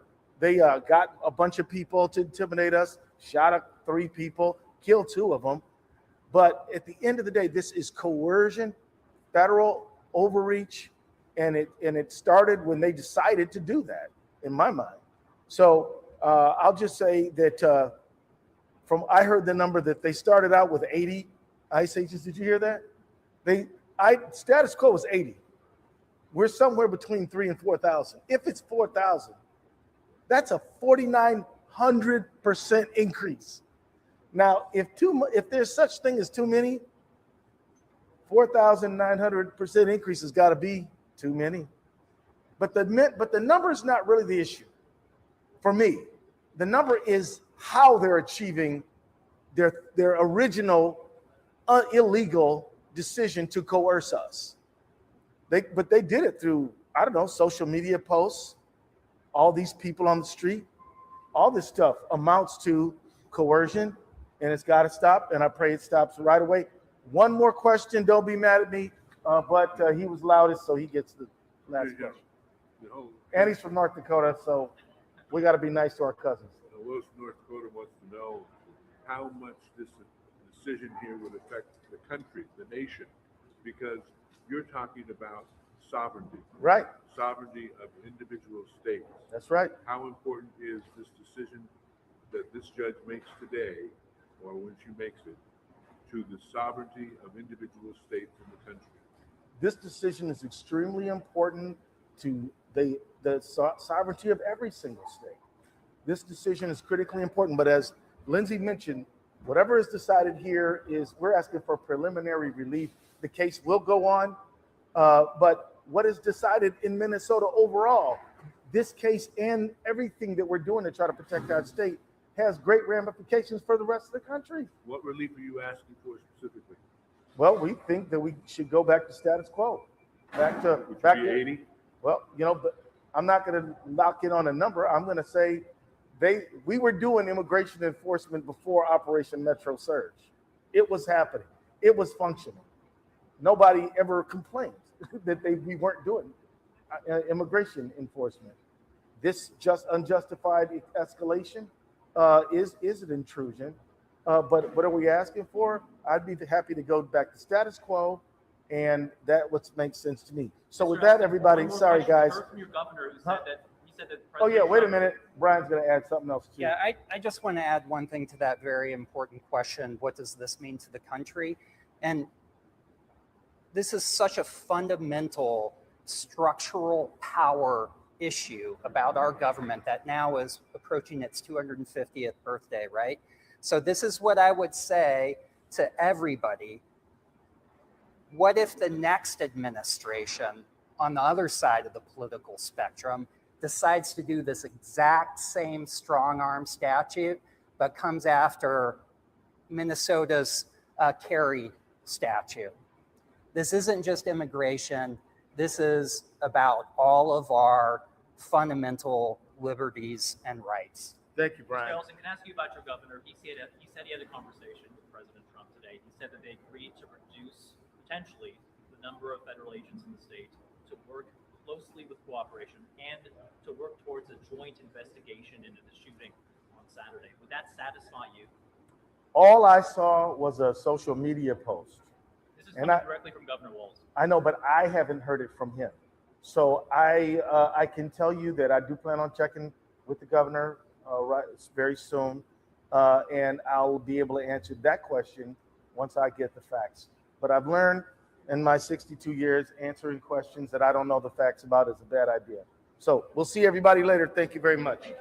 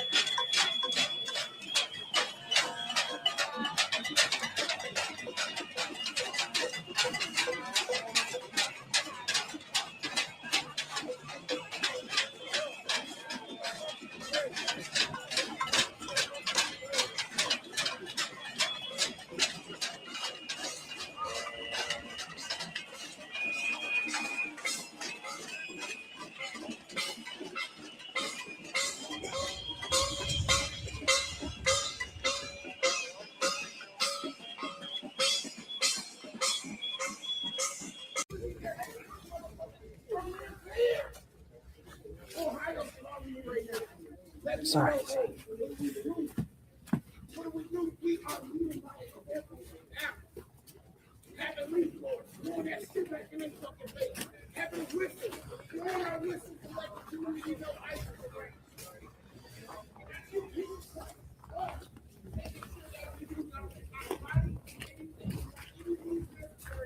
Willow sent $40. We would never survive this occupation without people like you. I hope you realize how important you are. Billionaires trying to dictate the narrative. Keep it up, XOXO. Willow, thank you so much, dude. Thank you. Thank you so much, brother. There was riots and shit was getting broken into. Guess what? Everybody had something. We all had money. We had clothes. We had shoes. I seen less fortunate brothers and sisters handing out packs of squares.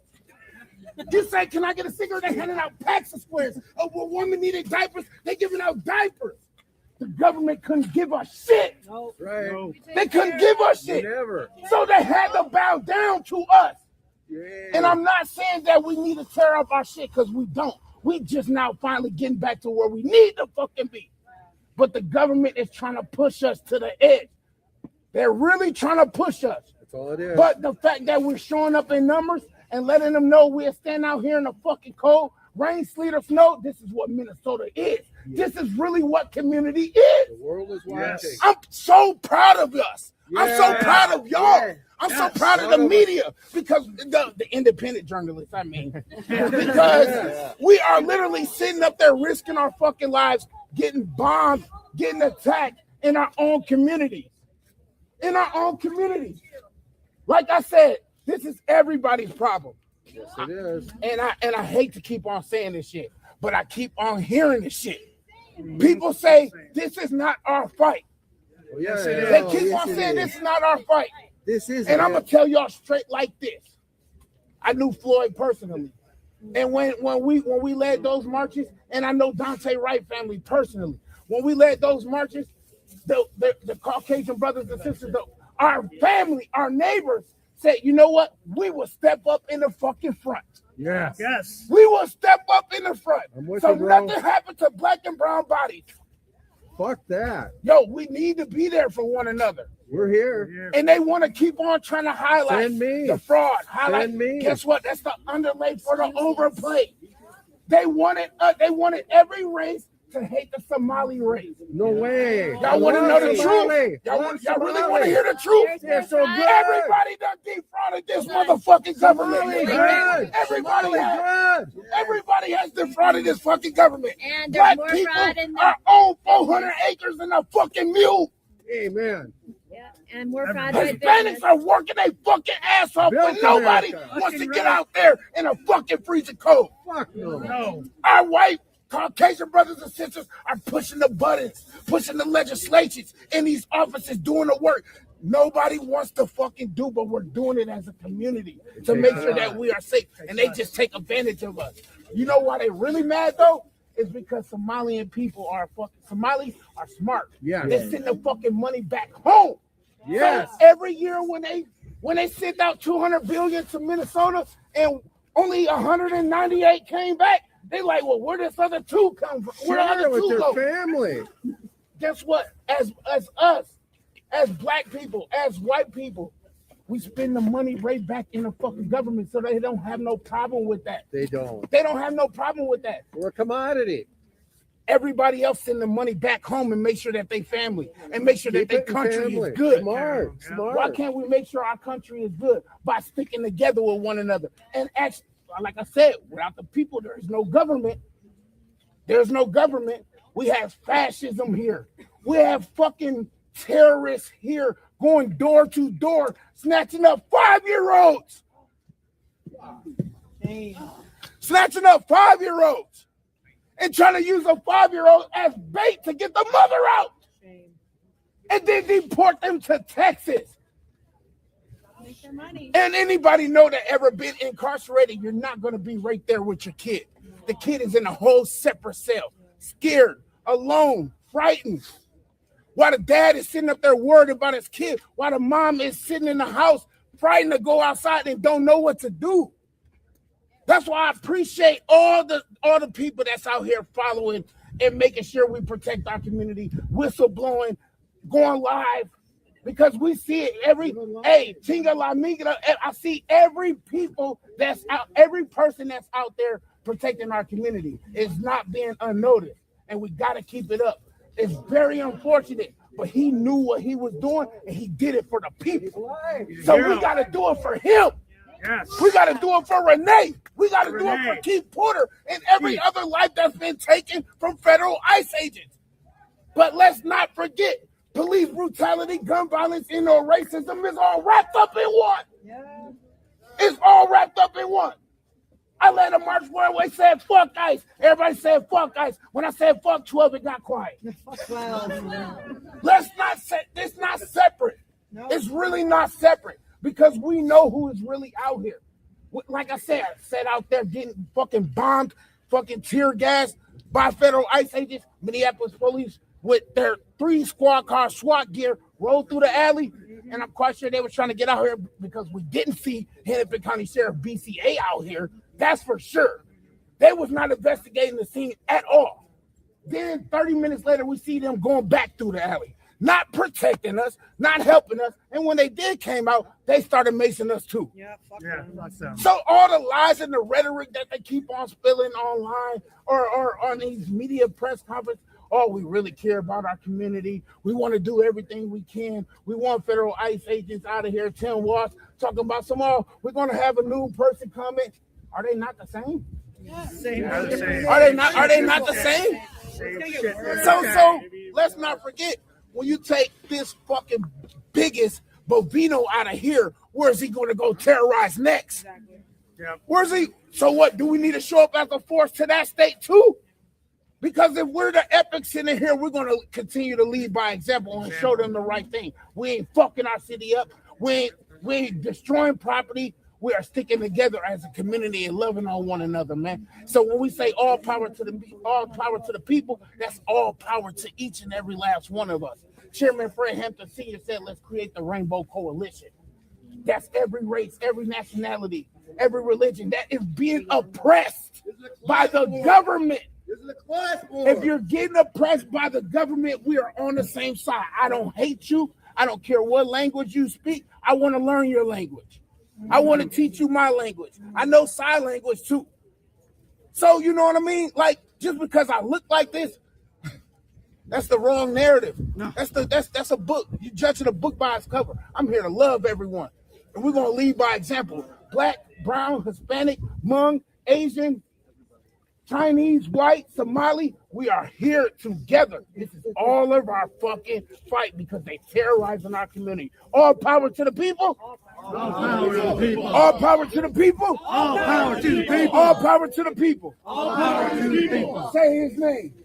Alex Brady. Say his name. Alex Brady. Say his name. Alex Brady. Say his name. Alex Brady. Renee Good. Say her name. Renee Good. Say her name. Renee Good. Say her name. Renee Good. Keith Porter Jr. Say his name. Keith Porter Jr. Say his name. Keith Porter Jr. I love y'all. Minnesota strong. Fuck Minnesota nice. Minnesota strong. Yes. Thank you. Thanks, man. Social media way. Hey, you know what I mean? I done lost my son. My name is right, man. I done lost my son February 1st. He got murdered at Sika High School in Rich Street. And so his anniversay is coming up, man. You know how hard this is. It's re-traumatizing over and over and over. It's re-traumatizing. I remember the Timberwolves having a jersey for my son on an empty chair, man. You know what I mean? Then to see that they do Renee Good. And then not even a week or two later, then they do. How many times do they have to have an empty chair for us? Next thing you know, we're going to have a stadium full of empty chairs. Of empty chairs with a jersey on there. That's not right. Minnesota don't deserve that. We don't deserve that. We are tax-paying citizens here. I'm a union carpenter worker. I'm a union carpenter worker with 322. We don't deserve this. We really don't deserve this shit. And they say we pay protesters. Is anybody out here in this cold getting paid? No. Is anybody out here in this cold getting paid? No. That's fucking bullshit. We scared to go to work. Our kids are scared to go to school. You know what I mean? People don't want to go to the doctor. People don't want to even go to the doctor. I don't even, my son's anniversary coming up. I usually do a bowling alley out there in Richfield, but I'm scared that they might snatch these kids up, all his friends. I have to not plan the annual bowling that I do for my son who was murdered at the age of 15. I had to cancel these plans. This is scary. It's scary when people like you get murdered, bro, and they don't give a fuck. It's scary. They lie about it. And they lie about it. And now everybody, like, unfortunately, they see. They're awake now. They see what we've been dealing with. He shouldn't have brought a gun to the protest, but Kyle Rittenhouse did that. Brought a gun, killed somebody, and they praised him. And they fucking praised him. What the fuck, man? They're so quick to switch the narratives so it fits their objective. We have a goal right now. And it doesn't matter what race you are, we have an ending goal. It doesn't matter how you get there, as long as we have the same goal. I'm walking with you. You can go that way, as long as we have the same goal. You can have a different path, but hey, I'm here with you. And once we get there, we'll be able to do this. We'll be able to do this right here. We got there. I marched from Minnesota to Washington, D.C. back in 2020. It took me 22 days. And when I got to that Lincoln Memorial, it was the most beautiful thing I've ever seen in my life. And that's for peace, equality, justice, strength, and love for all. For all. This was live streamed on a day-to-day basis. My life was at risk, and my life is still at risk. And y'all lives is at risk right now. So I thank y'all. I literally thank y'all. Because now we are all on the same page, unfortunately. We're all on the same page, unfortunately, literally. And I never want this to happen. But if these motherfuckers don't get up out of our city and our state, I fear it's going to happen again. I fear this. They're doing it in predominantly black neighborhoods. They're doing it in predominantly Hispanic neighborhoods. They're doing it in predominantly Somali neighborhoods. Guess what? They're going to be in Richfield, Minnesota, Burnsville in no time. They're already. Yeah, you're right. They are. They in the hotels out there, and we need to go. We need to go to them hotels too. Them hotels in Bloomington. I got people that work at them hotels, and they're out there, yo. They out there. So continue to make sure y'all watch your follow. Again, my name Cortez Rice. I'm always going to share everybody's story. My page is not my page. It's for the people, by the people, because I love my people. I'm sharing everybody's story. I'm sharing everybody's every loved one's story who was ever brutalized and murdered and executed by police brutality, gun violence, indoor racism. Like I said, it's all wrapped up in one. Justice for all stolen lives. You hear me? Yeah, thank you, bro. And we know it's cold, boy.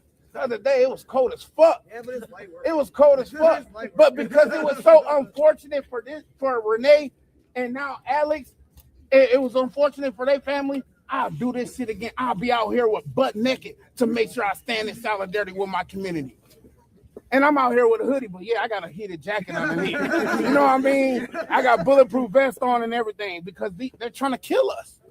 I keep telling people, they're trying to kill us. And we see it. Them the victim. And we see it. And there's so many ways that I could put this, but I kind of almost wish that Alex had a bulletproof vest on and he would have got the fuck up and looked at them like, you motherfuckers. Yeah, shot 10 times. And looked at them like, you motherfuckers. You try to kill me. But we have to be the voice for the voiceless. Yeah. Unfortunately, we literally have to be the voice for the voiceless because he's not here to tell his story. Listen, bro, I run. Damn, this shit is fucked up, man. Security for a lot of this, right? I carry. I know that people need to die for revolutions, and white people are the reason that we keep on die. And that's what makes change. That's change is crazy. People are so worried about me. Like I'm carrying, I carry. Like That's mine. Yeah, and they try to say that he shouldn't have been coming to a protest. First of all, it wasn't a protest. Thank you. I'm driving now. Second of all, it wasn't even ICE operations going on. Exactly. They were whistling. People were eating fucking donuts. They were whistling. And they stopped and they trashed just like how they did Renee Good. There wasn't operations conducted at that particular time. They're fucking lying. And they came and they pushed up. It's so sickening, yo. Because this man tried to protect 2 women. His last words were, "Are you okay?" He tried to protect 2 women in front of everybody. Getting maced and everything. He can't see, and he's literally trying to pull her up and get her. And they pulled him away, put him on the fucking ground, on his hands and knees, and shot him in his fucking back after taking his gun. They took his gun first. Let's not forget that. They took his gun first. As y'all see the fucking sneaky ICE agent run off with his gun, and then you hear shots being fired. Bow, bow, bow. He's already dead. He's on the ground, and they continue to fucking shoot. That's overkill. Like he's an animal. Like we are all animals. That's how they look at us. I'll be out there at the Federal Weapon Building. That's how they treat us.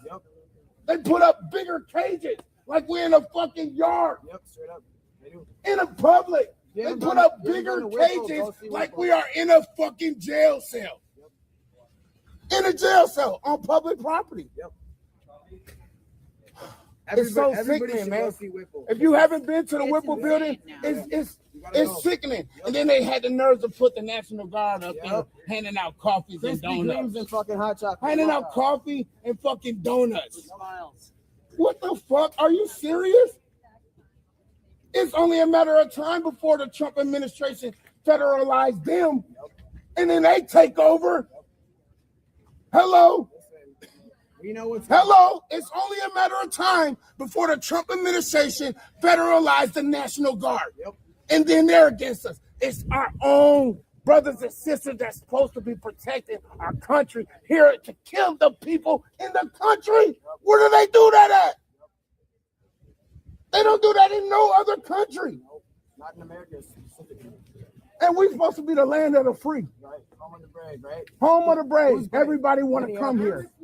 Everybody want to come here. Alex was a hero. Alex was a hero. He actually saved those 2 women. It could have been either one of them 2. Imagine what they feel too. It could have been either one of them 2 women. We already see they don't give a fuck about women because what they say when they killed Renee.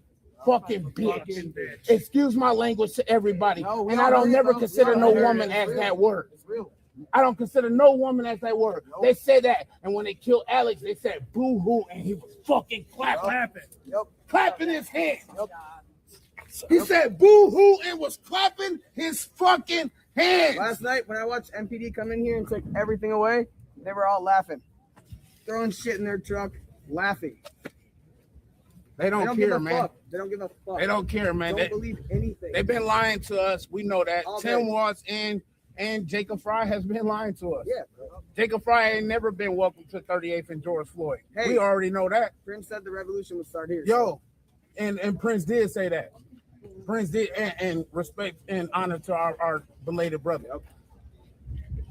Man, this is so sickening, man, that we have to keep on coming out here and keep on doing this and shutting our streets down.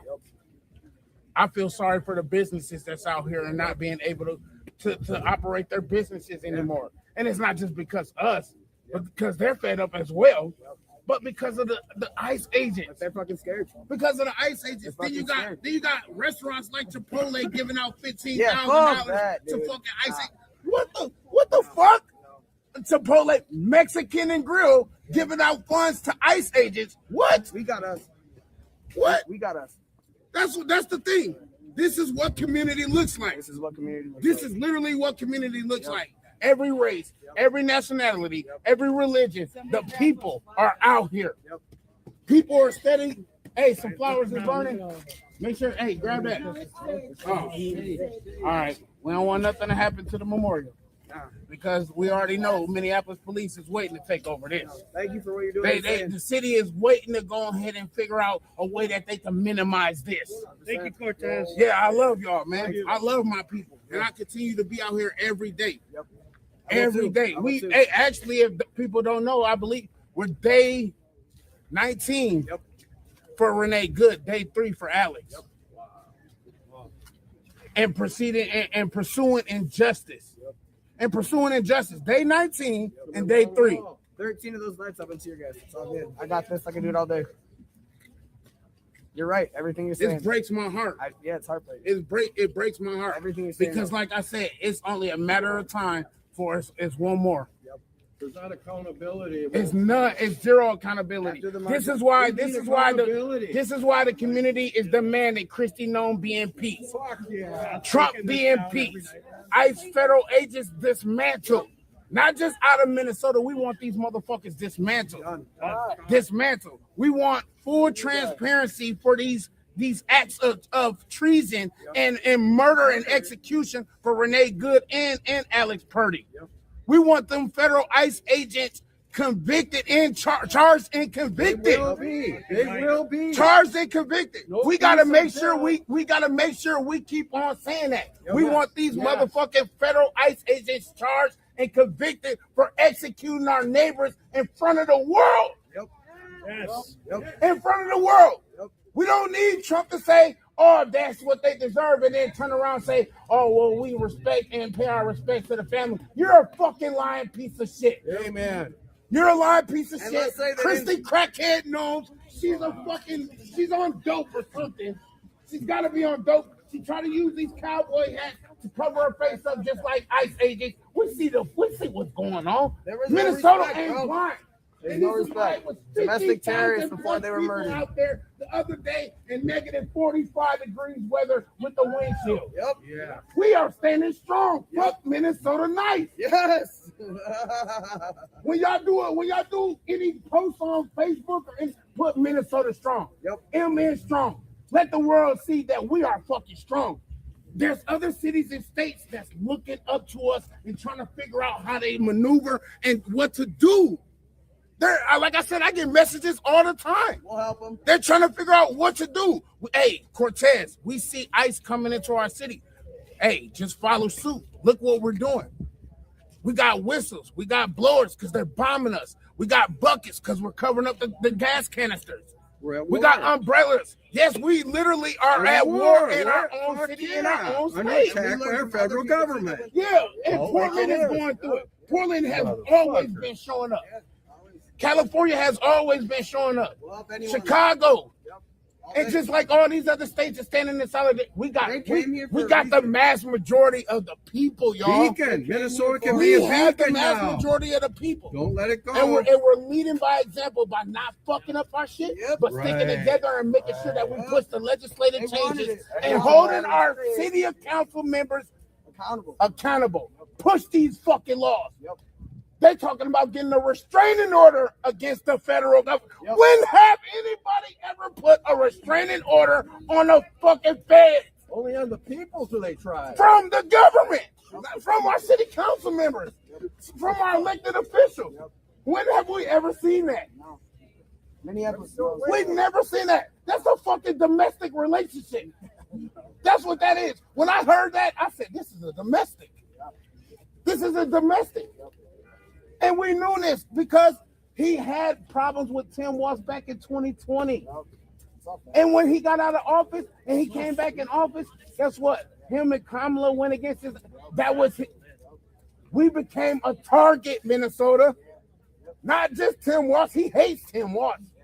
He didn't want to get no call from him while Tim Walz tried to make a post. I had a respectable conversation with Trump. What the fuck? Stop lying to us. Stop making it. Stop trying to sugarcoat shit. We know what's going on. He probably told you fuck you 30,000 times until you gave up something. They wanted to give up the voting shit for us. Right. They want to turn the state red. That's what they really want to do. But guess what? This is what I said on that. I said, go ahead, give him what he wants. Because you know what? The mass majority of the people are still going to vote blue. And not because I give a fuck about Republicans or Democrats. I believe that we need our own political party for the people. Let us make the decisions on what we want and what we need, because y'all not doing it clearly and haven't been doing it for years. Y'all give one person one thing and give another person less. Y'all keep the division. 6-7, 6-7. Yay! They keep the division. Let me give one person more than I give the next person so they can hate each other and fight. They're trying to divide. And this is why right now in Minnesota, this is the time to stay together. We can show them your money ain't worth shit.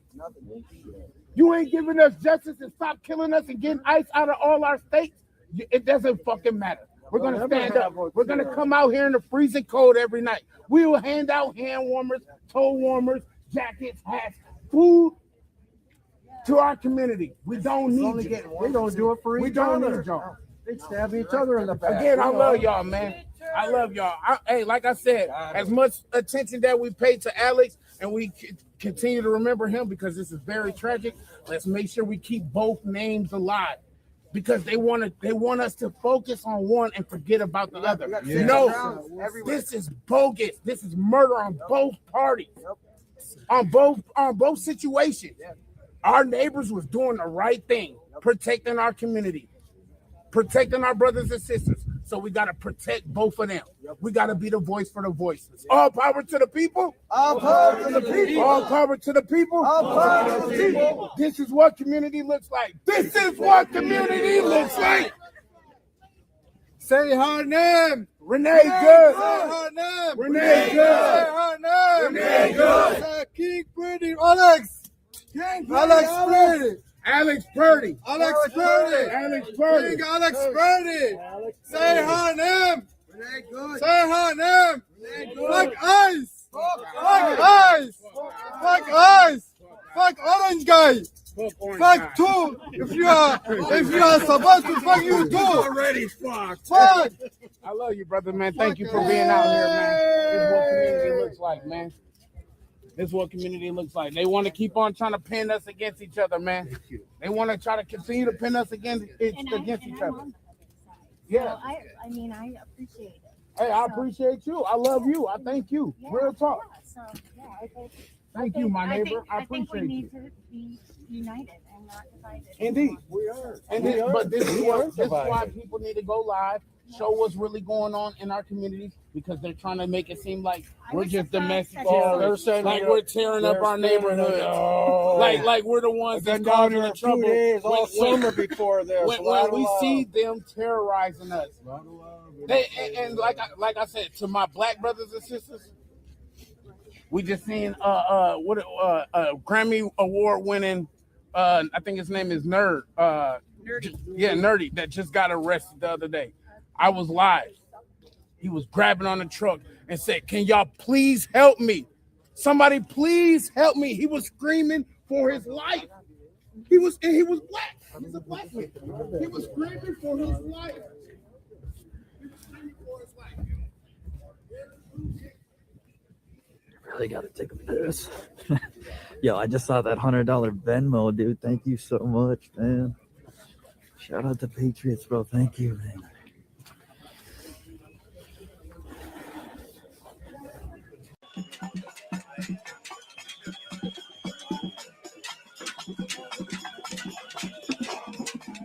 Officers, listen up!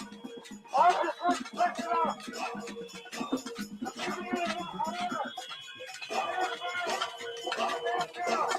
I am telling you, this is dangerous. We have no weapons. We have order. You are treating and taking our right to contact.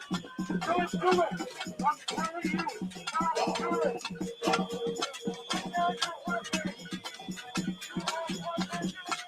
We have no weapons. We are lawfully assembling here. We are the First Amendment right. Listen up. Move back. Move back. Move back. Move back. Step back. Move back. If someone's going to get hurt here, I'm telling you, someone is going to get hurt. You should put the weapons down. You need to stand down.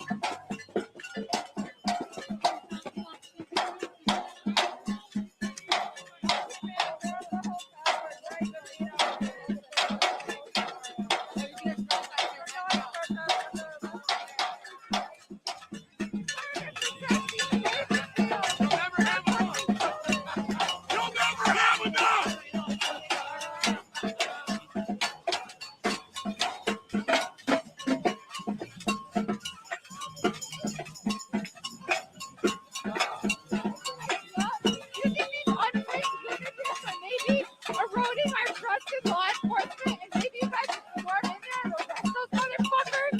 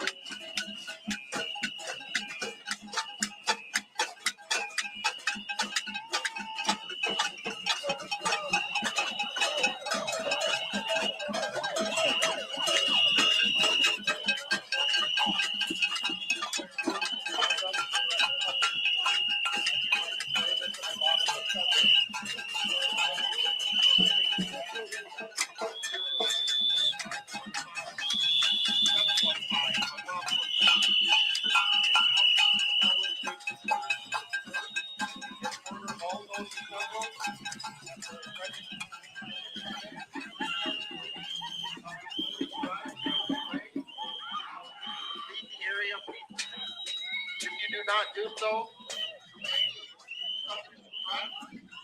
we're subject to other police action. Other police action could include the use of chemical agents and the use of less lethal devices. Crowd control action.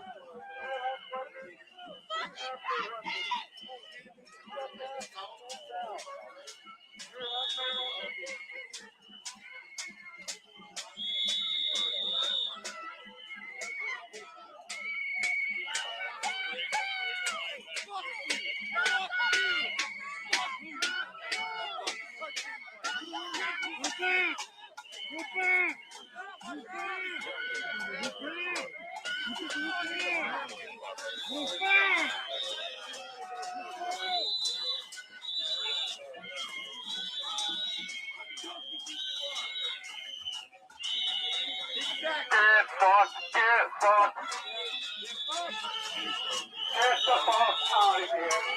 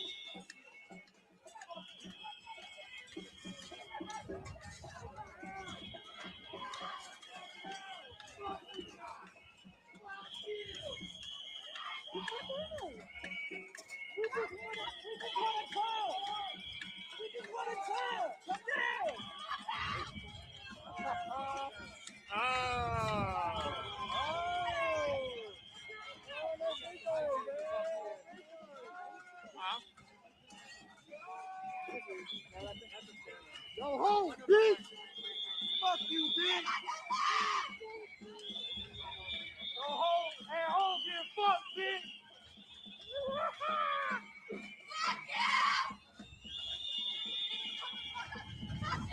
No pussy getting bitch!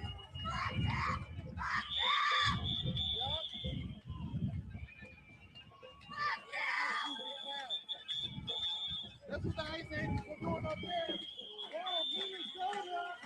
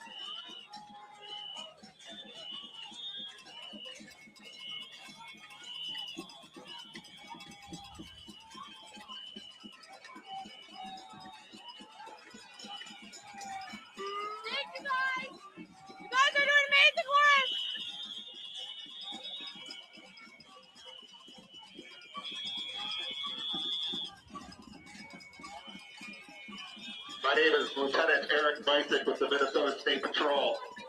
Due to your unlawful conduct and threat to public safety, I hereby declare this an unlawful assembly.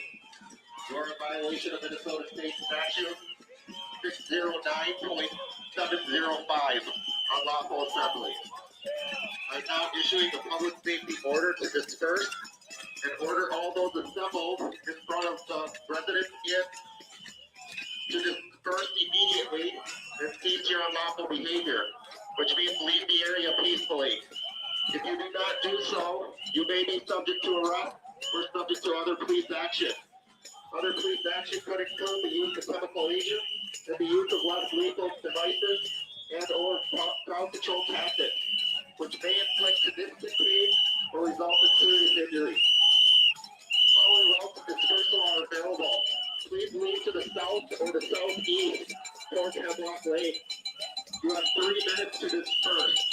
If you continue to obstruct, resist, or interfere with the police officers, you will be in violation of Minnesota State Statute 609.50, obstructing a legal process, which will be an additional crime.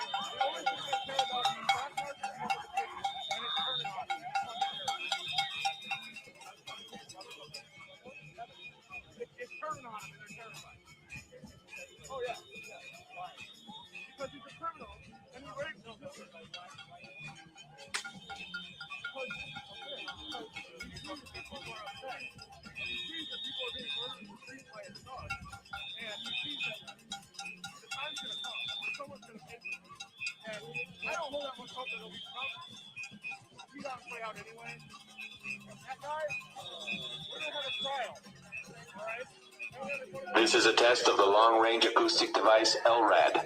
1, 2, 3.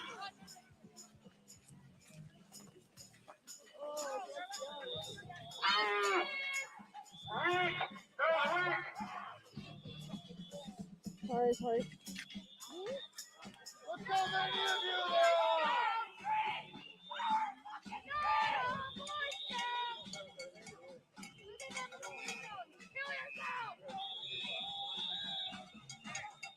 My name is Lieutenant Eric Meisick with the Minnesota State Patrol. Due to your unlawful conduct and threat to public safety, I hereby declare this to be an unlawful assembly. You are in violation of Minnesota State Statute 609.705, unlawful assembly. I am now issuing a public safety order to disperse and order all those assembled at the Residence Inn off of Village Drive to immediately disperse and cease your unlawful behavior, which means leave the area peacefully. If you do not do so, you will be subject to arrest or subject to other police action. Other police action could include the use of chemical agents and the use of crowd control tactics or less lethal devices, which may inflict significant pain or result in serious injury. Following routes of dispersal are available. Please leave to the south or the southeast toward Hancock. You have 1 minute to disperse. If you continue to obstruct, resist, or interfere with police officers, you will be in violation of Minnesota State Statute 609.50, obstructing the legal process, which is additional crime. Thank you.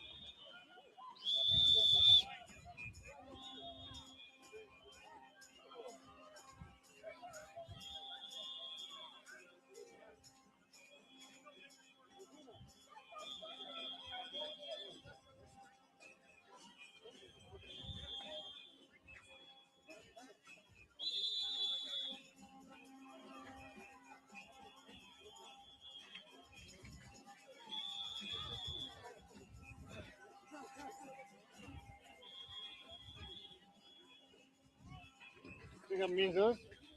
You think that means us?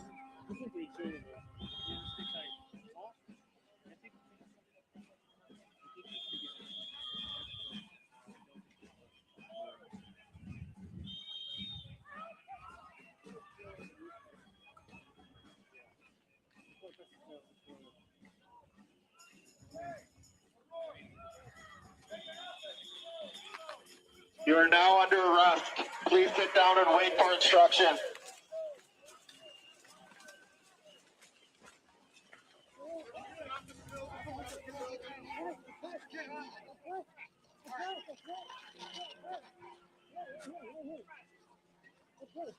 We gotta have it showing. I'm sorry.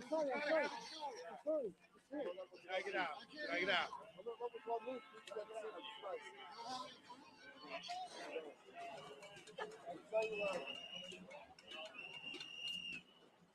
Alright, why don't you move out there, okay? Just get out there. Get your credentials out now. Press. Oh, on this side of the line, please. Careful, icy here. Yep, come on, buddy, you're good. Careful, icy.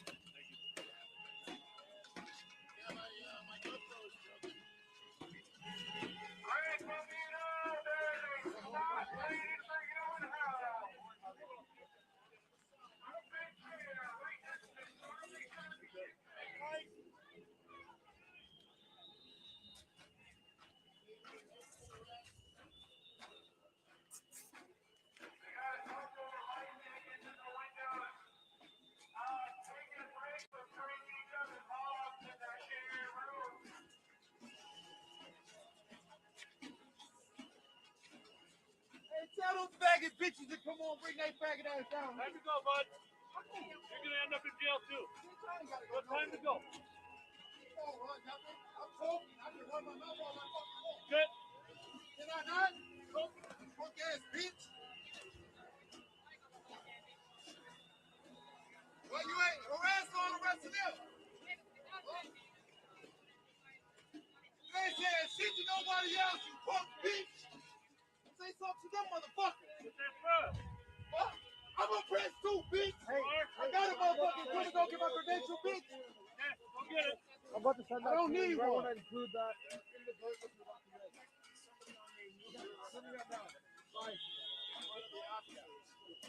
You ain't ICE. I don't know why you acting tough like you need to protect them. You should be with the people, the community. You don't see me breaking shit. You don't see me being an agitator. Talking directly to you.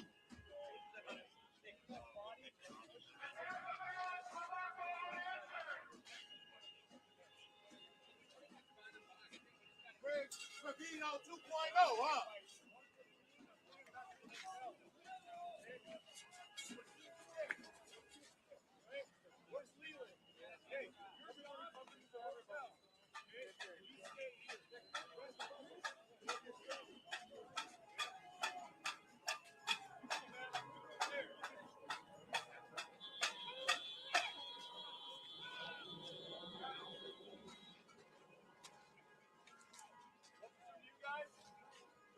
Okay, good. We're gonna work this out. Okay? We're gonna arrest anybody else that's here. We're gonna put two shots!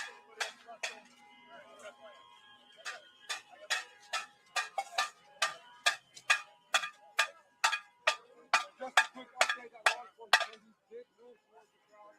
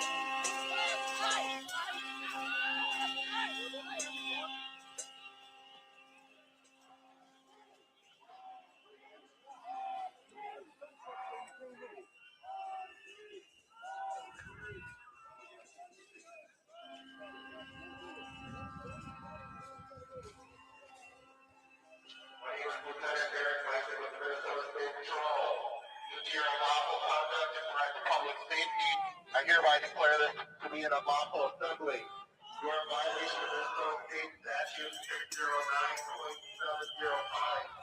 This is unlawful assembly. I am now issuing a public safety order to disperse and order all those assembled in the area of the residence in and surrounding business area located off of Village Drive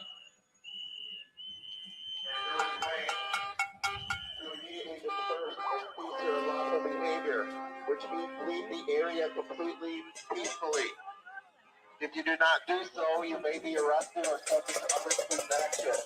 Other police action could include the use of chemical agents, the use of less lethal devices, and or crowd control tactics, which may inflict significant pain or result in serious injury. The following routes of dispersal are available. Please leave to the south, away from the business area, to Hemlock, and leave the area. You have 1 minute to disperse. If you continue to obstruct, resist, or interfere with police officers, you'll be in violation of Minnesota State Statute 609.50, obstructing the legal process, which will be an additional crime.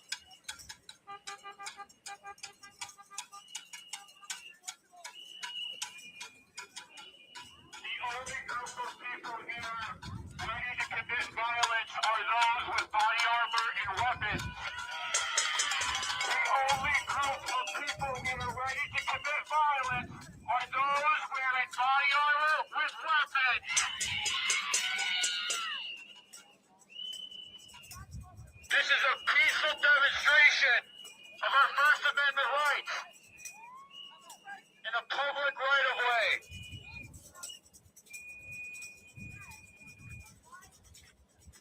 Yo, is it Casey's kid to work day? Look at that short little motherfucker over there. Look at the tiny guy, huh? Oh, look at you too, look at him, guys. They're learning on the job. Did you be at school right now?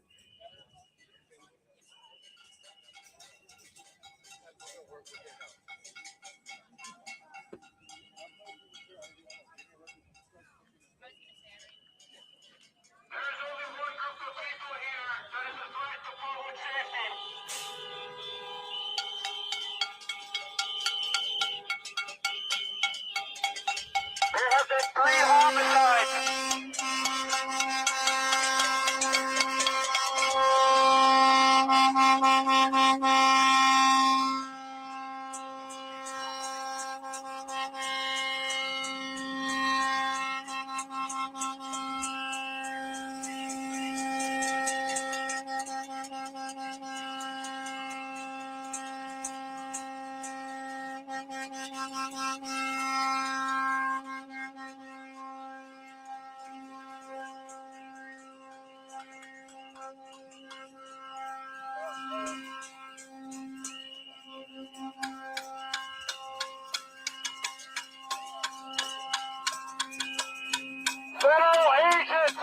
responsible for 67% of homicides in the city of Minneapolis so far this year.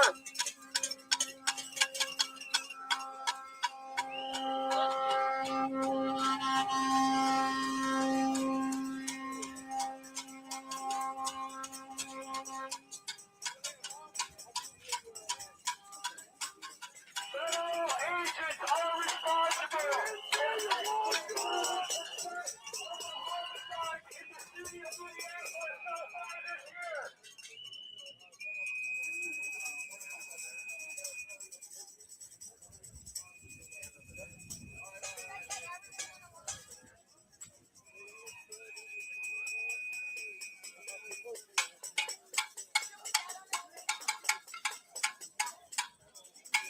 Hey, let's get online.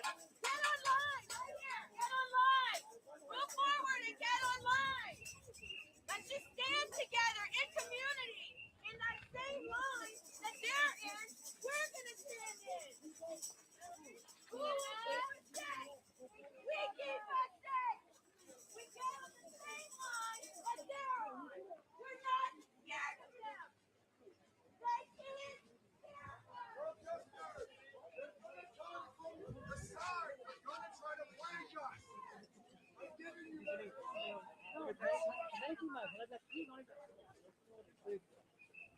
Alice, let's go.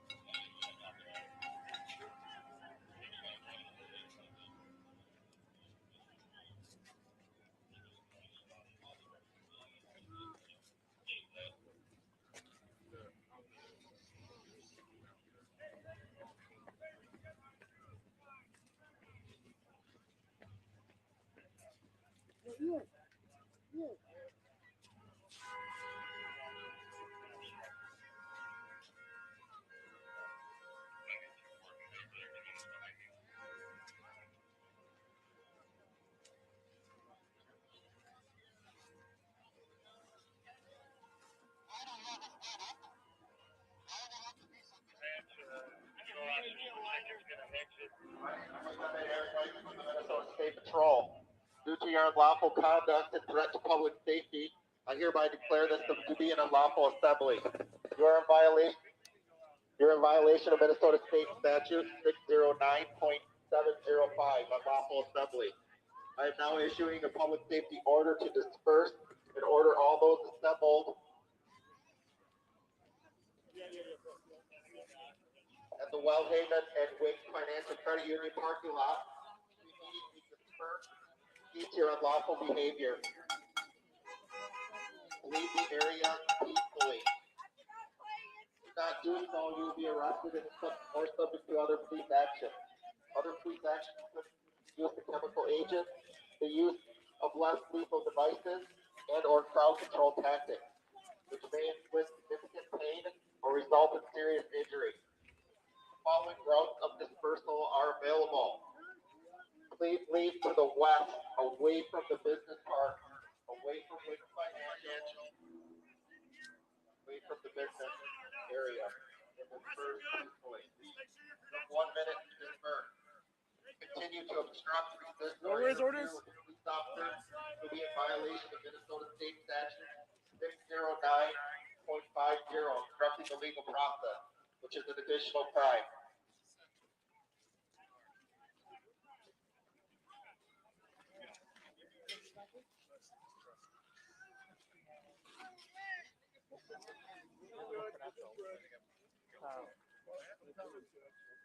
We don't gotta overextend too much, everybody. This is fine, I think.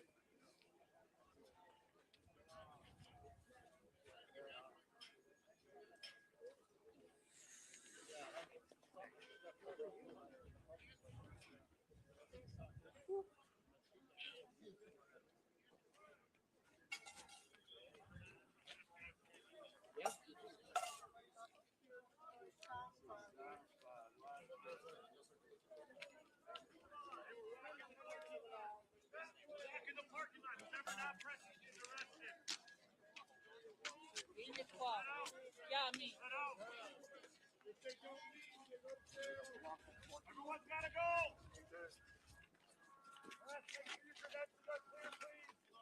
Thank you. Yeah, right.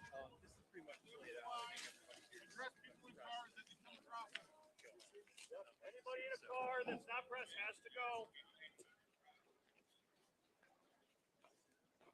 Okay, sounds good.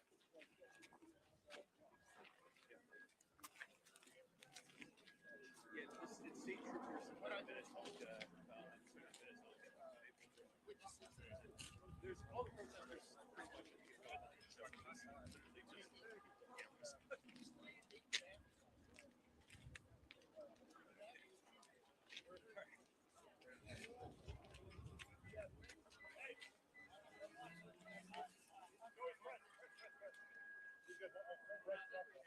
Nope, he's got press. He's good.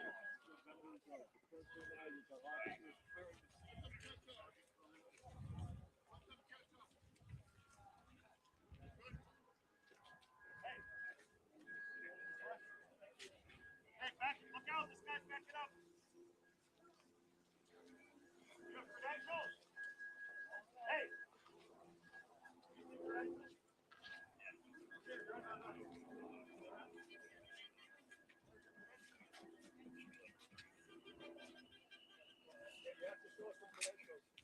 Hey, does that guy have credentials? Yeah, he still does. Do you? Right now.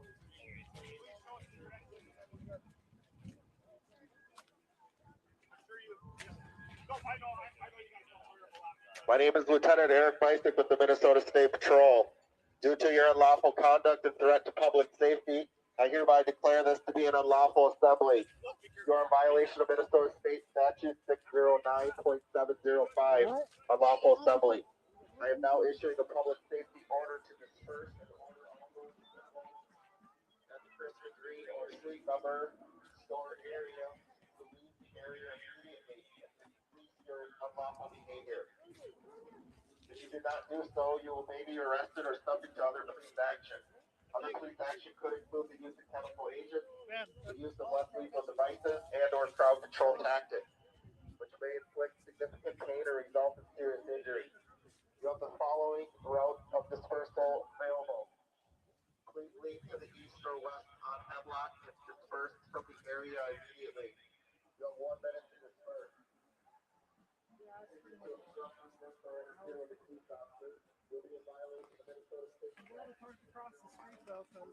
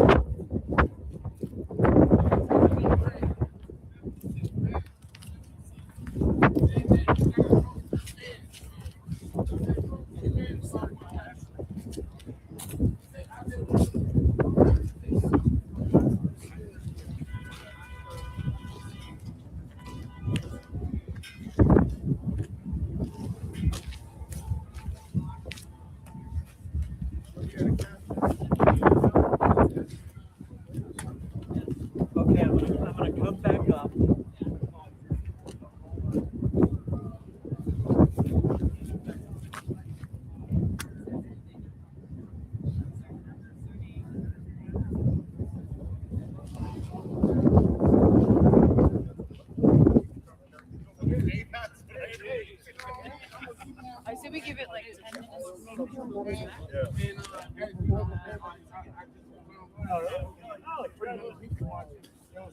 Sergeant Randy said, badge number 76 said it was a protest, and he's working with, Maple Grove is working with DNR, is the conservation officer.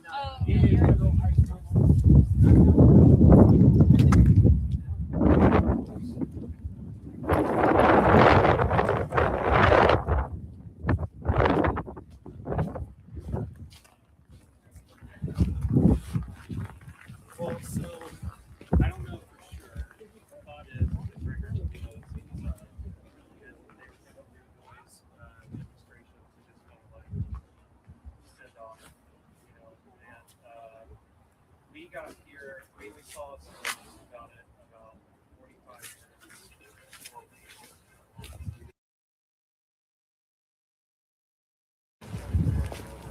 we got here right as they started.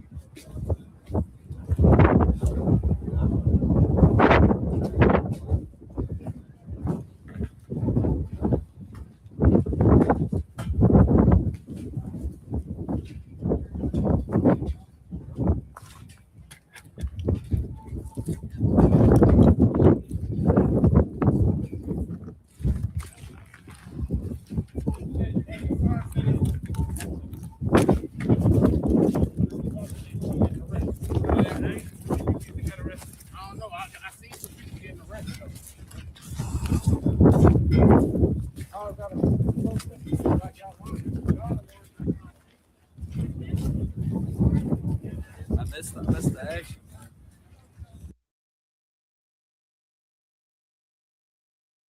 This is Maple Grove. Maple Grove.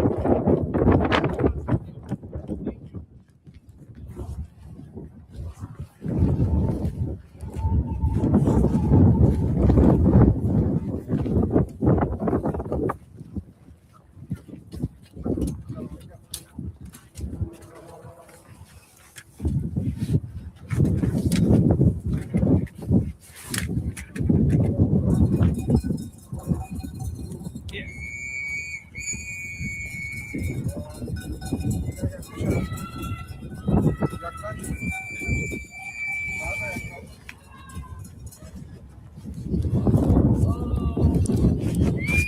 holding on to people like they picked up in these cars? Are they holding everybody they picked up in these cars? No. These cars.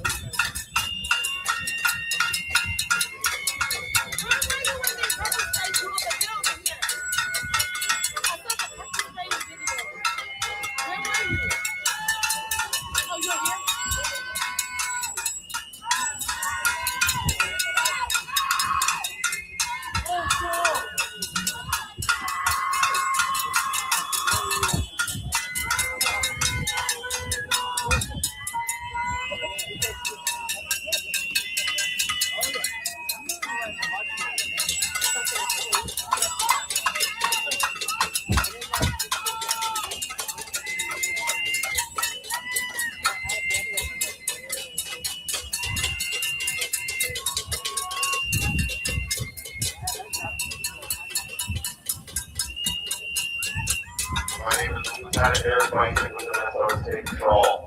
Due to your unlawful conduct and threat to public safety, I hereby declare this to be an unlawful assembly. You are in violation of Minnesota State Statute 609.705, unlawful assembly. I am now issuing a public safety order to disperse in order all those assembled from the front of the residence in time, practically business to immediately disperse and cease your unlawful behavior, which means leave the area peacefully. If you do not do so, you may be arrested or subject to other police action. Other police action could include the use of chemical agents and the use of less lethal devices and or crowd control tactics, which may inflict significant or result in serious injury. You have the following routes of dispersal available. Please leave to the south or southeast towards Hemlock, away from the shopping center immediately. You have 1 minute to disperse. If you continue to obstruct, resist, or interfere with police officers, you will be in violation of Minnesota State Statute. Get over here and hide behind you. .50, obstructing the legal process, which is an additional crime. What? Yeah, whatever, I'm fine.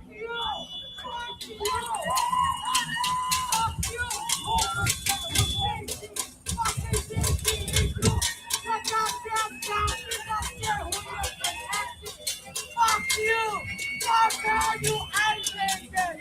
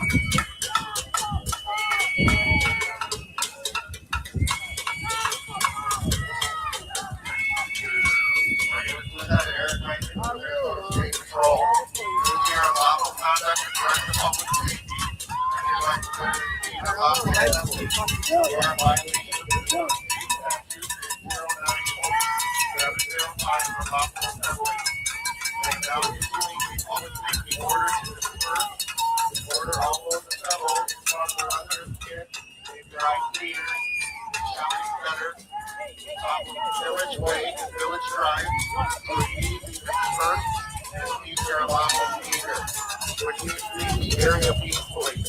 If you do not do so, you may be arrested or subject to other police action. Other police actions could include the use of chemical agents, the use of less lethal devices, and or self-control tactics, which may inflict significant pain or result in serious injury. The following routes of dispersal are available. Please leave to the south or southeast towards Hemlock, away from the shopping center area. You have 1 minute to disperse. If you continue to obstruct, resist, or interfere with the police officers, you will be in violation of Minnesota State Statute 609.50, obstructing the legal process, which will be an additional crime.